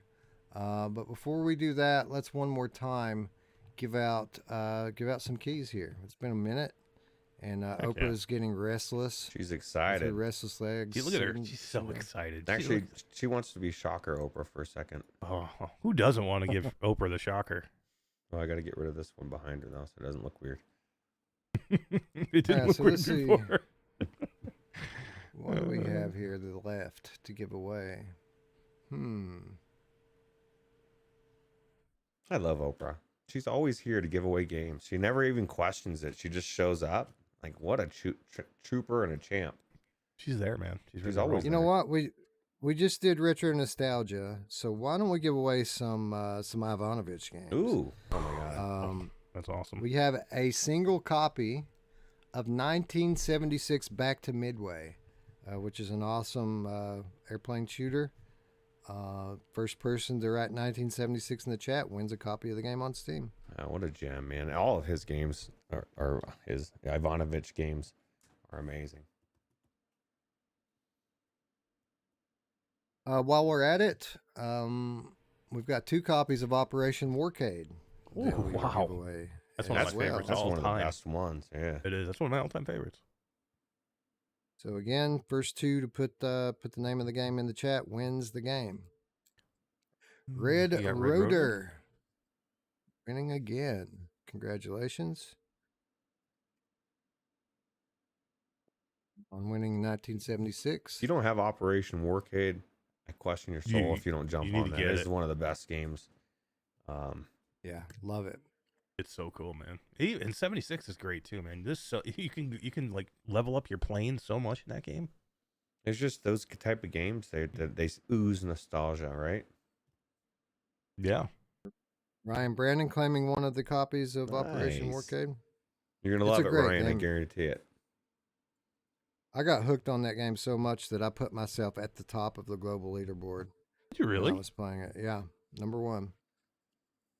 That's one of those games that's so fun just to play it, but it's like to like master it and get up high on the leaderboards. You really need to get good at it. London Roads. London Roads. Oh, yep. Looks Yeah. like a Take good it. one. Yep. Take it. All right, awesome. Still Again, got one big- one midway, right? No, No, we there's only only had one. one. Oh, of you those only have to one give of away. those, right? Yeah. Right. So congrats to the winners there. Again, thanks to Mickey for donating these Yeah. skis. Sorry we couldn't give them away sooner, but it's kind of fitting that we're doing it during the holiday. Again, we don't want to do giveaways every week. It takes a lot of focus and attention to do something like that. I don't know how you guys do it. We need a D. Again, we need a D just to handle giveaways. So yeah, kudos to or thanks to Mickey for making it possible. Oh yeah. Well, Ryan Brandon says he already has Warcade. Who wants it? He said he There just you go. realized. Somebody else get it. There you go. All right, so yeah, if somebody else wants this copy of Warcade, just put it in the chat. Echo, Eco there you will go. take it. There you go. So Brandon's out. You're out? Echoing is in. Ruuts, Oh, don't time him out. gotcha. Oh, I'm just about to. If I could control it, I'm hoping. Crossing fingers. Doesn't happen. All right, so now we move on to the big dogs, the games of the year. We have 1, 2, 3, Five. 4, 5 more categories to go over here. Hopefully they're in order Alright. so I don't screw it up again. I don't know how I got Well, we're going to that start over. with early access game of the year, which, as always, is full of awesome games as they stand today.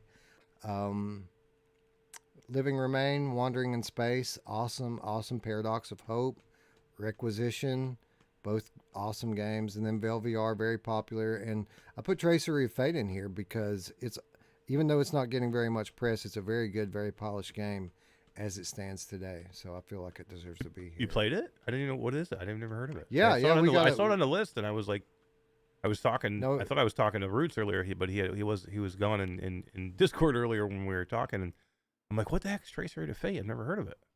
It's a co-op RPG style dungeon crawler game. Well, I It's never heard of actually, it. we've got a copy in our. I was gonna say, in our we library. didn't cover it. You didn't cover it, right? At all? We I was gone talked or about something? it. We talked about it during one of the Steam Fests. They had a demo out, and I contacted them during that, and they sent us a key for it.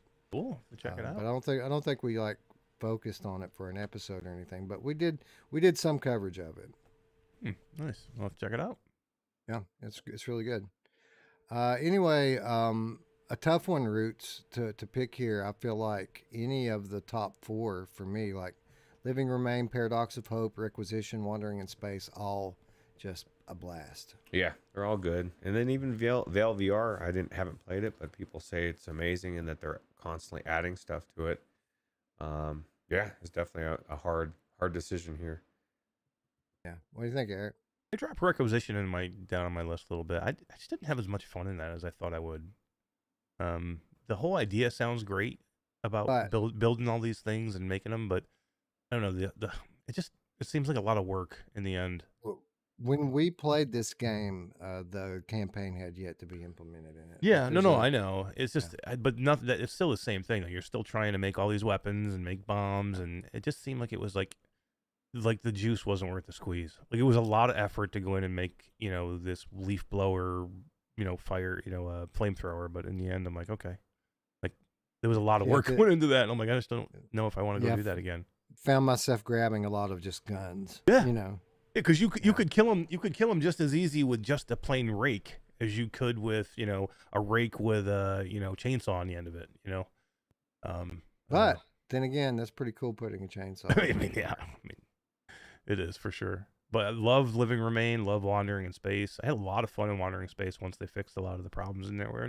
And Paradox Hope is freaking great, man. I really want to get back in there and spend some time in that because that game's scary as shit. And that's a lot. It's a pretty deep game, man. Yeah, multiple games on this list are going to be part of our giveaway too. So again, make sure you're subscribed if you haven't already. The giveaway is going to be off the chain this year. Yeah.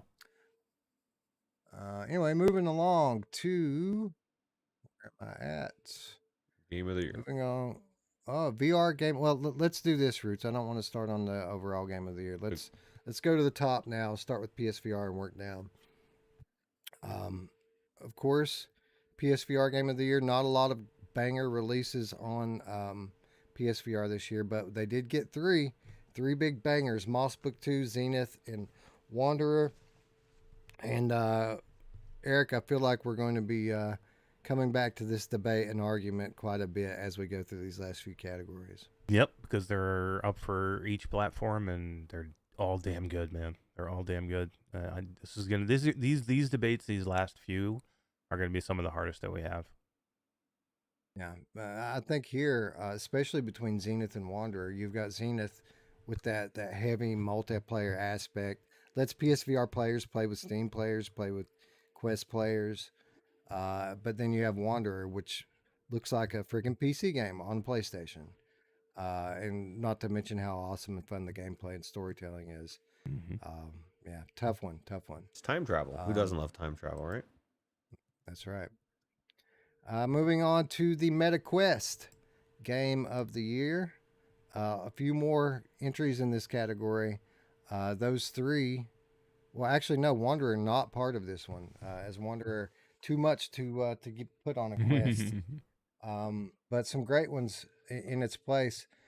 Here we get Green Hell, we get Red Matter, we get Into the Radius, we get Iron Man, Bone Lab, Among Us, and I did put The Walking Dead Saints and Sinners Chapter 2 in here because they fixed the problems that it had at launch, and now it's just awesome. Got a big update, Eric, and I know you've been back into it since then. It makes a pretty substantial difference to the quality of the game, doesn't it? It does, man. I have a video coming out later this week, and it's so good, right? I mean, it really deserves to be on here, and the only reason I don't know if it'll make it, get it, is because the launch was such a bad launch. But they fixed pretty much everything. I mean, there's maybe a couple of small things that you could pick on now that I think they eventually will fix, but it's tiny stuff now. Everything big they fixed. But man, there's some really good games on here. It's tough to compete, man. It's tough to compete this year. Agreed. I'm sorry, Roots. I think maybe Quest. I mean, if we take mods out of the picture, Quest definitely won the overall catalog award this year with so many bangers that came out. It's easy for me to look and say, okay, Red Matter 2 should probably win here. But then I look down and there's Bone Lab. Then I look over and there's Iron Man VR. Then I look down and there's The Walking Dead Saints and Sinners Chapter 2. just banger after banger after banger after banger. I don't know who to vote for. Yeah, it's definitely gonna be a hard decision. I know I'm probably leaning more towards Iron Man or Bone Lab. Among Us VR is there for a reason, but I mean it's not my favorite game. I love to play it now and then, but there's people in the Discord that play it every single day. That's all, they're playing it all the time. Yeah, I just for me, Bone Lab and Marvel's Iron Man are just really good. So And then we didn't even mention Moss Book 2 and Into the Radius. I know, and then right? Green and Hell. then there's Zenith and then Green Hell. I mean, come on, man. Any one of these deserve to win. So congratulations to all the nominees here. If you're on this list, there's there's a reason for it. You're a great game. All right, and then we move on to PC, which was a little bit more exclusive this year, but still a pretty solid list here. PC VR Game of the Year had Hitman on it, and this one does have Wanderer. Of course, Red Matter 2 and Moss are here. Green Hell, and for what it's worth, the Green Hell on the PC better than the Green Hell on the Quest. Zenith is here, Bone Lab is here, Among Us, all those are here. They also had Fract this year, as well as Lawn and Hubris, which were great indie games in their own right. I mean, Ruuts, we're coming right back to the same thing, right? It's even harder because you've added Red Matter. really good games in there, that weren't in that other list, and now it's like each one of them has something to offer. Even Fract, which wasn't as long, but that was like I just really loved that game. So Yeah, and then Eric, we're adding Hitman 3 to the list here. Our PlayStation VR Game of the Year last year comes to PC with a better version this year. Yeah, this list is really hard, man. Because you said, Quest won it, but I think this might be the most challenging, just because there's so many games. Sure. Like there's a lot of Quest games that are on this list, and then you add a couple extras that aren't on the Quest. Man, it's tough, and you add some bangers like Hubris and Hitman. You know what I mean? So it's just tough. And Lawn, and Fract. True. Like Fract, Yeah, Fract, you're right. Fract should be on the Quest too, man. I want that game on the Quest too. I want everybody to be able to play that game. You're right. We say Quest 1, but I'm not so sure about it. I mean, when you look at this, there's just as many great games on this list as there was on that one, and then some stuff on this list that won't run on the other one. Right. Yeah. And then we don't even. That's not even considering all the mods. So well, and the games like Green Hell was, even though the Quest version was really good, the PC version was so amazing. So True. Again, another toss up. Another reason why it's so important for you guys to help us out. No by Clockwinder going on here. How did you no Clockwinder on here? No Clockwinder, unfortunately. I thought about putting it on here though, honestly, because again, there are people who I respect who call it the game of the year. So almost Not over any of these. No, there's not one of these on here. If you had to take one off, I mean, you can't have 100 games of the year. You can't have 100 PCVR games of the year. I mean, you already got a lot on here. I mean, you got to take. If you had to take one of these off to put Clockwinder on, what are you taking off? Yeah, it's a good question. I don't know. None of them. It's not even really that close. Yeah. And then we move on to the big daddy of them all, the overall 2022 Game of the Year. And this one's difficult, man, because we take a lot of things into consideration for the overall Game of the Year. It's not just what was the best time I had in VR this year. We take into consideration overall appeal, how popular it was. We take into consideration how many platforms did it come out on.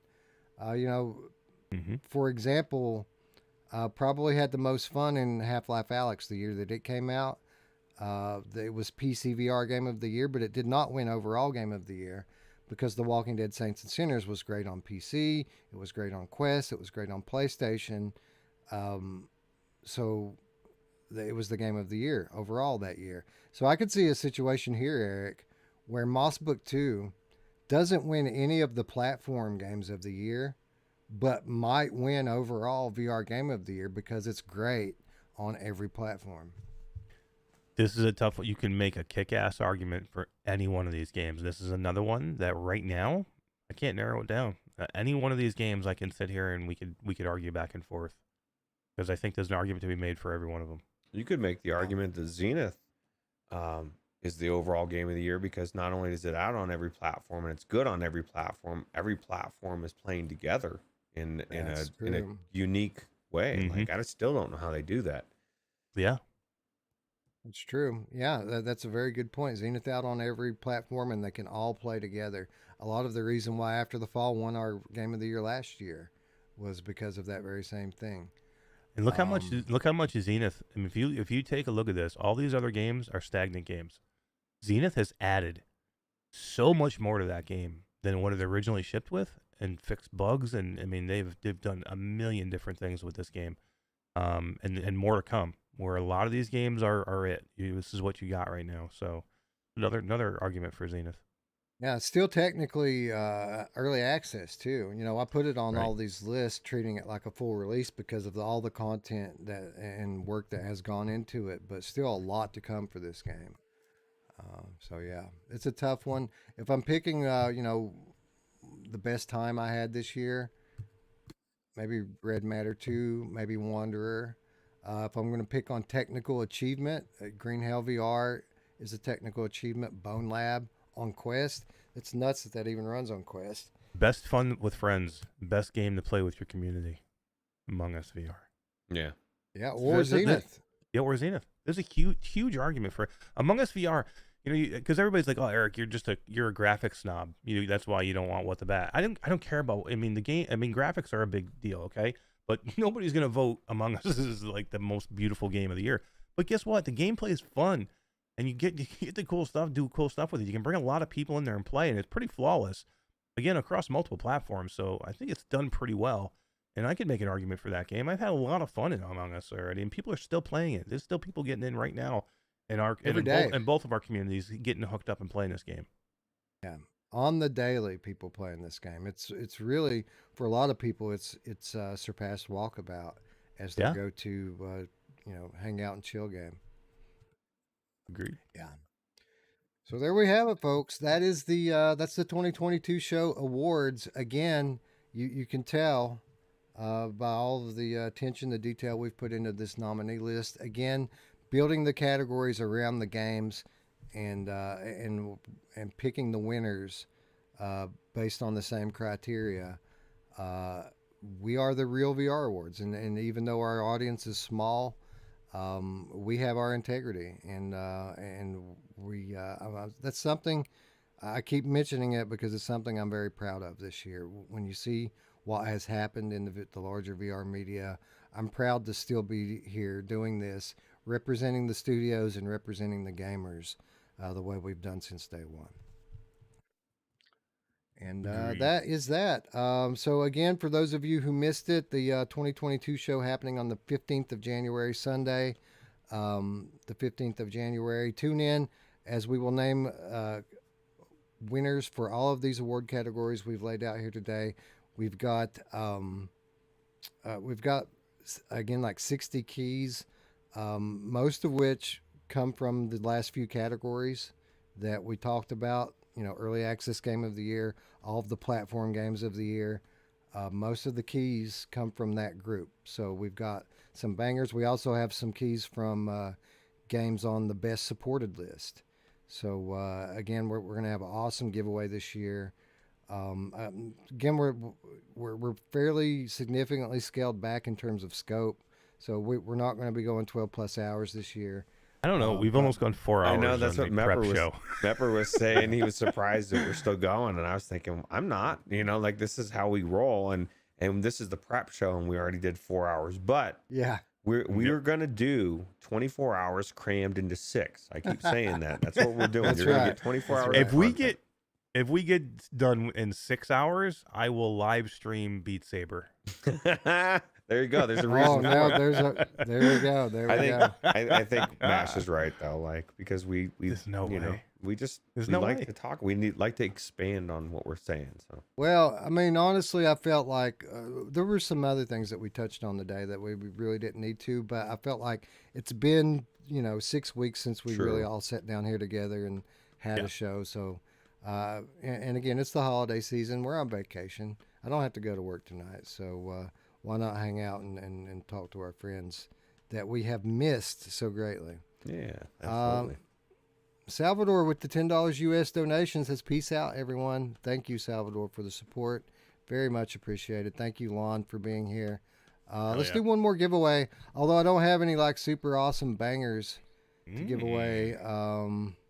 Hey, so while you're doing that, while you're getting that one ready, can I just announce, are you going to come on Thursday? Are you coming, Ruuts? Yeah, I'll come. All right. What? Okay. All right. You want to hear, this is going to be an epic show. We're going to do something I don't think has ever been done before on Thursday's Q2C VR Gamer Live. We are going to have live me, Todd and D, Wes and Ruuts, Short Stack, Skiva, Z-Storm, Tribe, Adam Bombati, Creeper Betty, Mateo 311, VR with Jasmine. Oh, Alex, I said Alex, right? Alex VR. And possibly 3 other surprise guests that I'm working on. This is the worst idea I've ever This is going to be the best show ever. Ever. Oh my God. I think Literally right now, Todd is in Ninja setting up boxes that like you've never seen before. Lon says make it 61. Awesome. Thank you, Lon. Yeah, we really appreciate Yeah, it. we Hell yeah. reached out to Lon a couple of days ago, but I figured they were home for the holidays. Thank you, Lon. That's very nice of you, and look forward to handing your game out to a very lucky winner on the 15th of January. When we do the Yeah, so 2022 show. don't hesitate. You better, for those people that are going to be involved in the voting, you need to go buy Lon now so you can actually play it before Friday, before the discussion, right? So. Oh yeah. Yeah, and those of you who are wondering if it's any good, we did a real-time review of it last time we were on the air live. So just scroll back in your timeline a little bit, and you have a good couple hours of gameplay there to check out. Yep. Oh yeah. Anyway, let's give away. We do have a decent game here that we can give away. Let's give away 2 copies of Doctor Who: The Edge of Time. Nice. Yeah, which was a pretty decent puzzle game, story-driven puzzle game that came out a couple of years ago. If you're a Doctor Who fan, man, you got to play it, right? So. I actually have never played that game. It's all right, man. Like some of the puzzle design I wasn't a fan of, but certainly beautiful graphically and some cool dark storytelling going on in there. Yeah. Chris, Hey, so Sixth Sense Studios says, as well as the campaign being 8 to 12 hours, they just added Bounty Adventures. Adventures is a bounty-style game mode with procedural level generation, with What? hours of extra Procedural? gameplay. That's fucking sick, man. that's really cool. Ah, I want to do that now. Yeah, they already had a bunch of different gameplay modes with the parkour and the arena modes. So yeah, that's awesome that we've got some procedural stuff in there as well. The value proposition grows for what was already a great game. I need to get back in there before Friday.